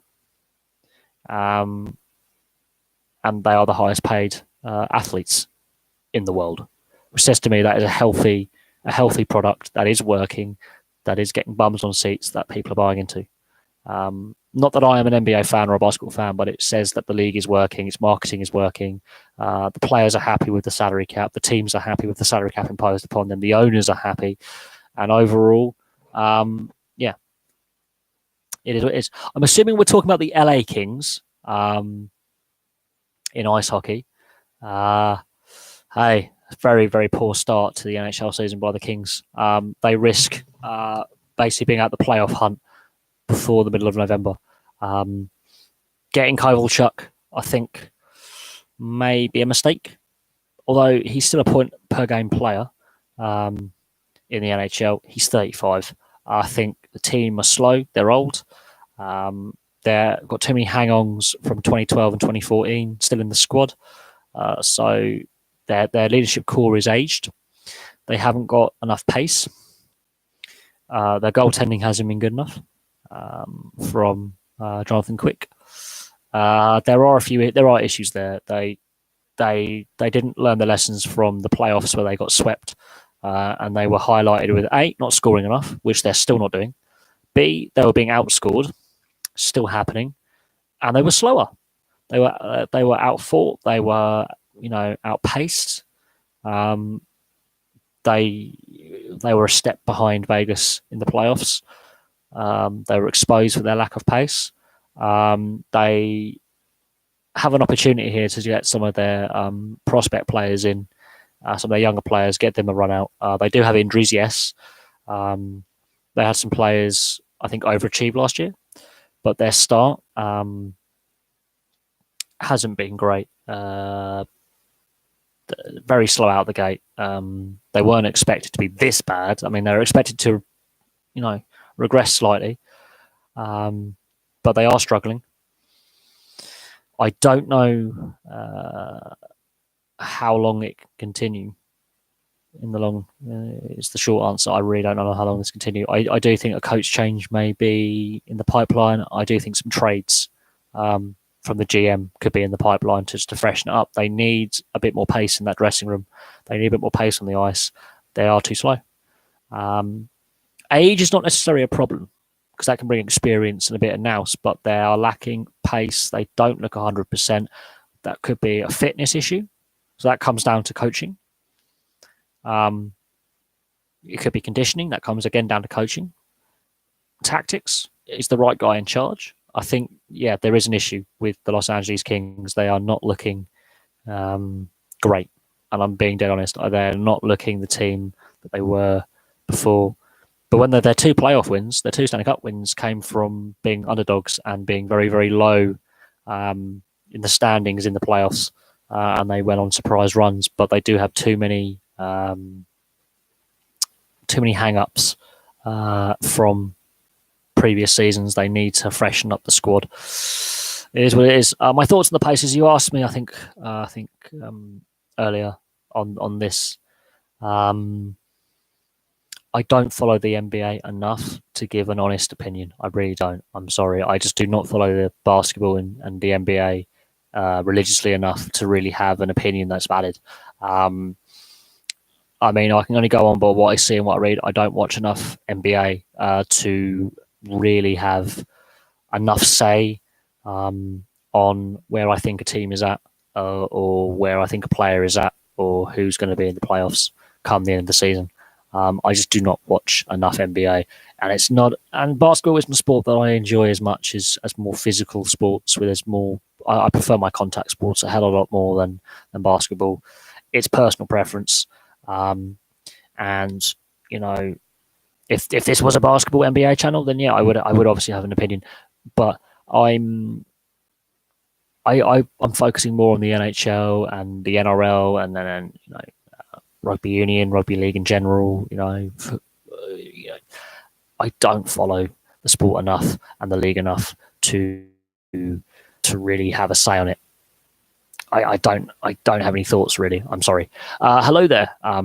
See, now we've got a Dutch football fan, so we're now having the global appeal that I love about this channel.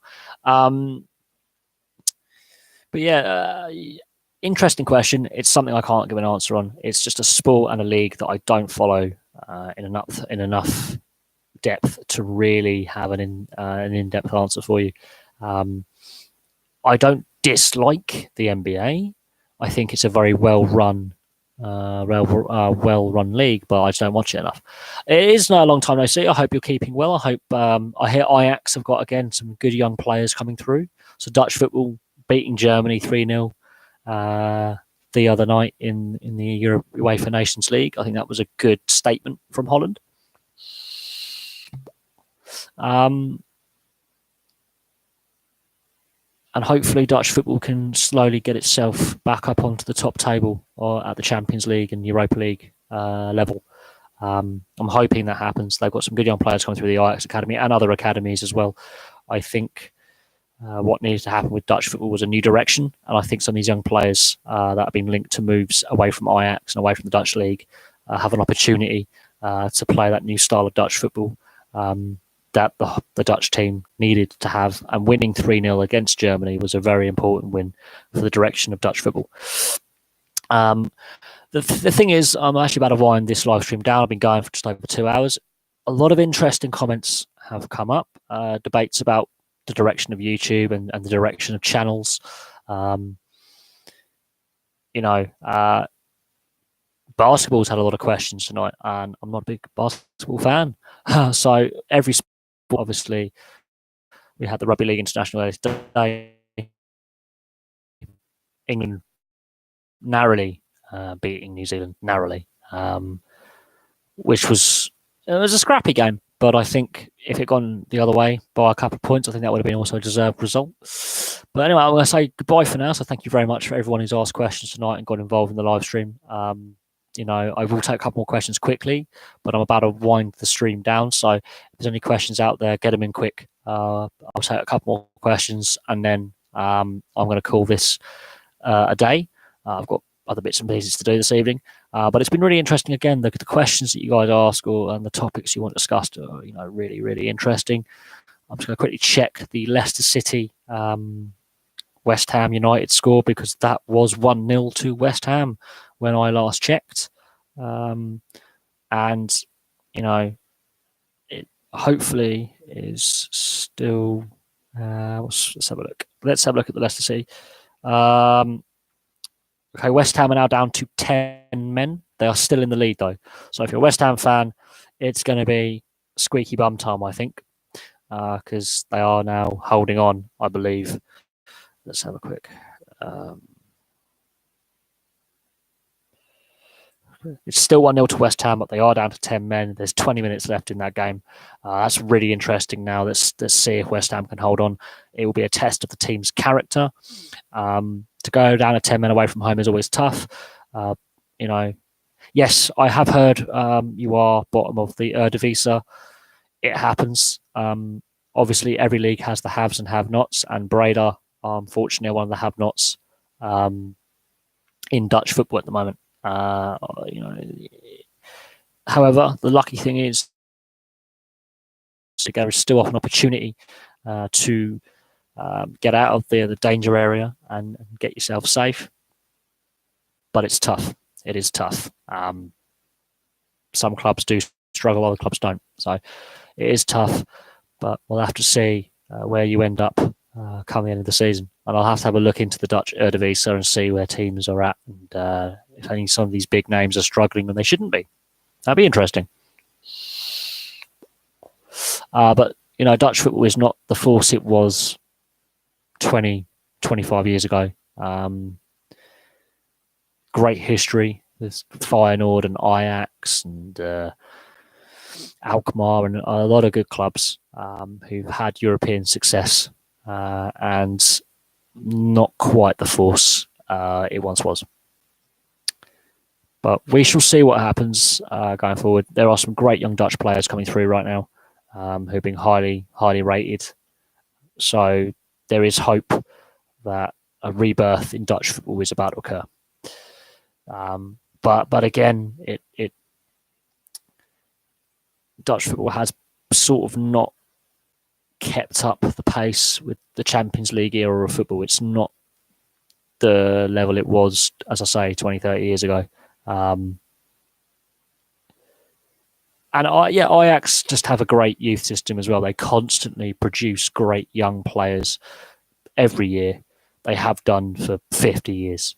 They regularly produce really good, top quality young players. And they continue to do so. The issue is the Dutch league is not as high quality as it was, as I say, 20, 30 years ago. I think these young Dutch players are playing in a lesser quality league.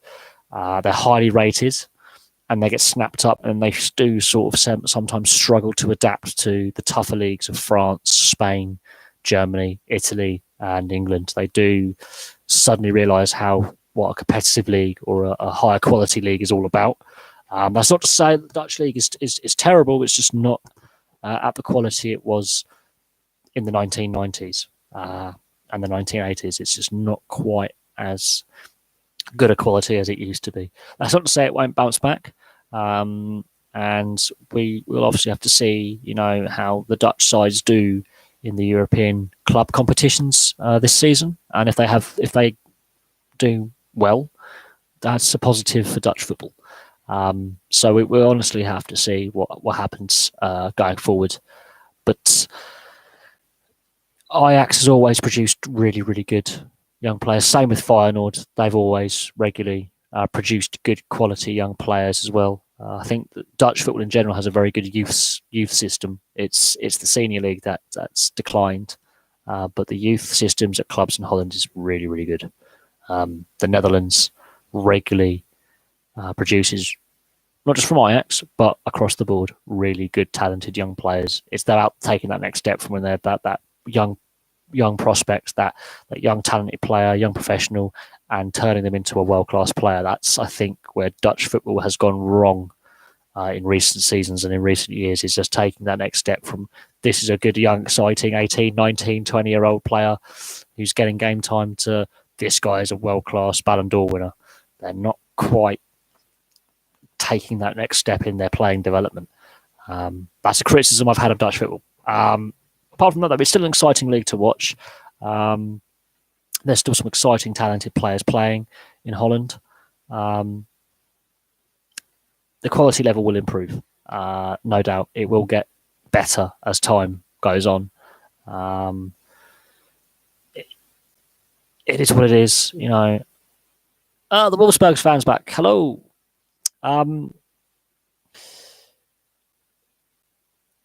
Obviously, I think the last time I saw you on the channel, I just done the Eintracht Frankfurt winning the German Cup video, I believe, which was at the beginning of the summer. It's about right.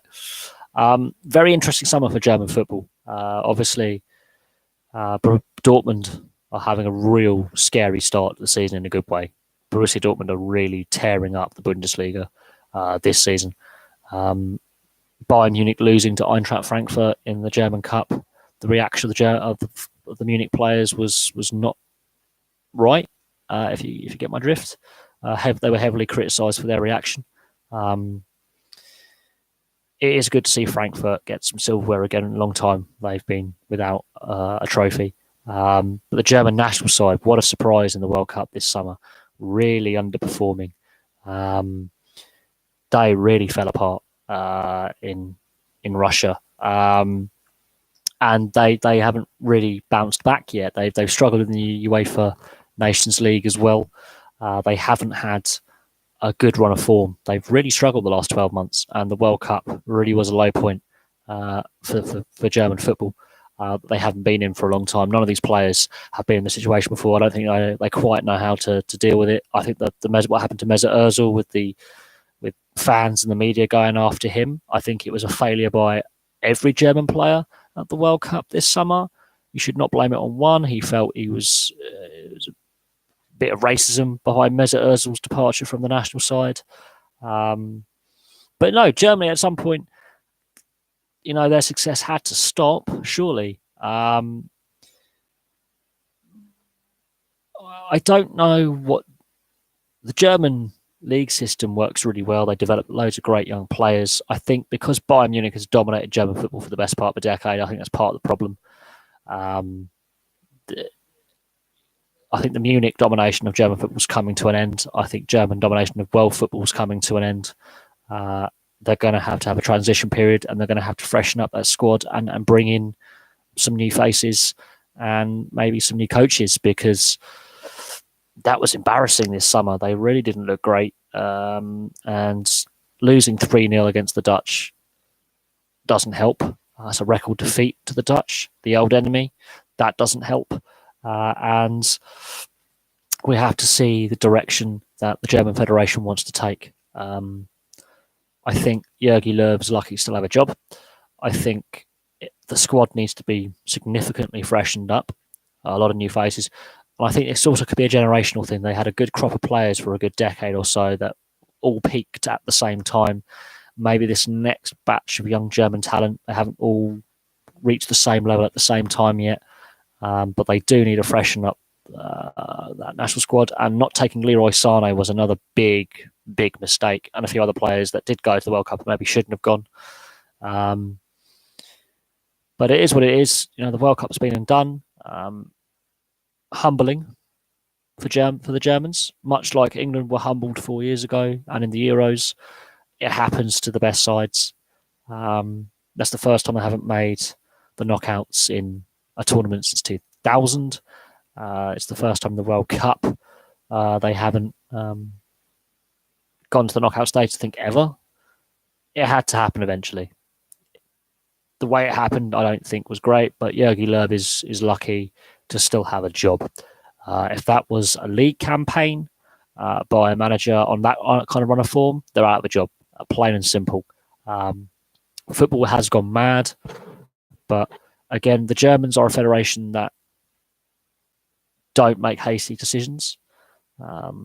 They plan rather well. They have structures in place, but I think the squad needs freshening up, and possibly maybe the coaching setup possibly needs freshening up with the German national side. But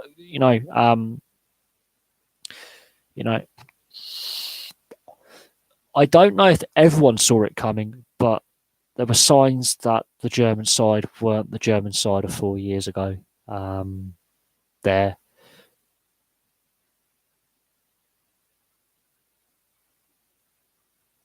I wouldn't say the Premier League is completely overrated. I think those leagues are of a lower standard. They are more fun to watch because I think they're more balanced leagues in the sense that any side can beat any side. Because the quality level is that little bit less, you are going to see more mistakes. But more entertainment, I think, is what we're after. I think they're more entertaining leagues. They're not necessarily the best quality leagues. The stream is still going. I'm actually in the process of winding it down. And calling it an evening. We have been going for 2 hours and 20 minutes. So, we've had a good lengthy stream. A lot of good topics come up. Good to see some old faces in the live stream as well. I think it has become a very football-dominated live stream tonight. There's been a lot of football-based discussion. But we have discussed things like the NBA, and the NBA doesn't get discussed a lot on this channel, so that's kind of good. It is a sport though in a league that I don't regularly watch, and that's my personal feelings on it. It's not a sport that I enjoy watching as basketball, but to have basketball fans, want to discuss their sport or their biggest league in their sport, that's why I enjoy my channel, and I enjoy the comments and I enjoy the debate. What gets me though is how pretty well behaved everyone's been in the stream tonight. We've had in the last couple of streams a couple of idiots being trolls and being really frustrating with how stupid some of the trolling was. They were persistent, I'll give them that, but how moronic and annoying and tried to derail the live stream. But tonight, been pretty good. No, the trolls have stayed away, and it's all been, pretty PG comments. But no, it's been really enjoyable. It's been a good live stream. I'll take a couple more questions if they're there, and then I'm going to call it an evening. So if you've got any questions, please feel free to get them in the comments section, and I'll do my best to answer them quickly. If not, I will call it a night. So I'll give you 30 seconds. Any questions, anyone? Anyone got any questions? I'm assuming you're all out of questions then. In that case, it's been a great live stream. Thank you very much to everyone who's participated tonight. It's been really, really good. I've enjoyed it. I'm really surprised though with okay. Glanford Park, hopefully, obviously, Scunthorpe make the right decision on the stadium, and finally on Watford. No, you're more than you're established Premier League side now. The way Watford have been playing in the last few seasons, you've got a direction, you have a purpose, you're playing well.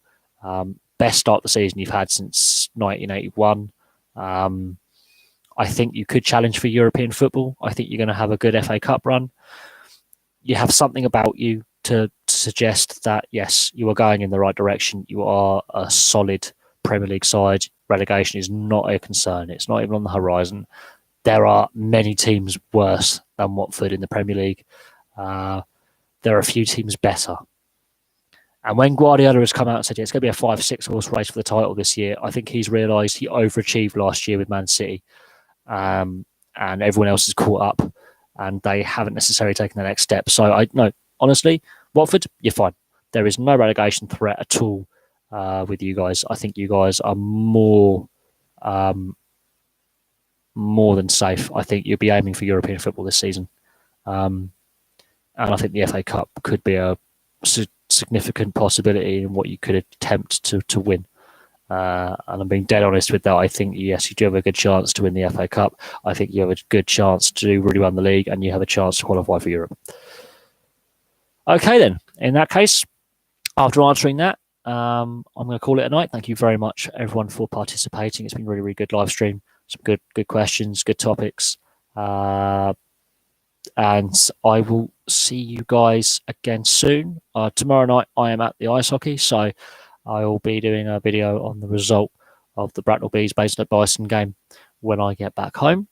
But thank you very much for everyone who has been involved with the comments tonight and the questions. They've been great. Thank you very much.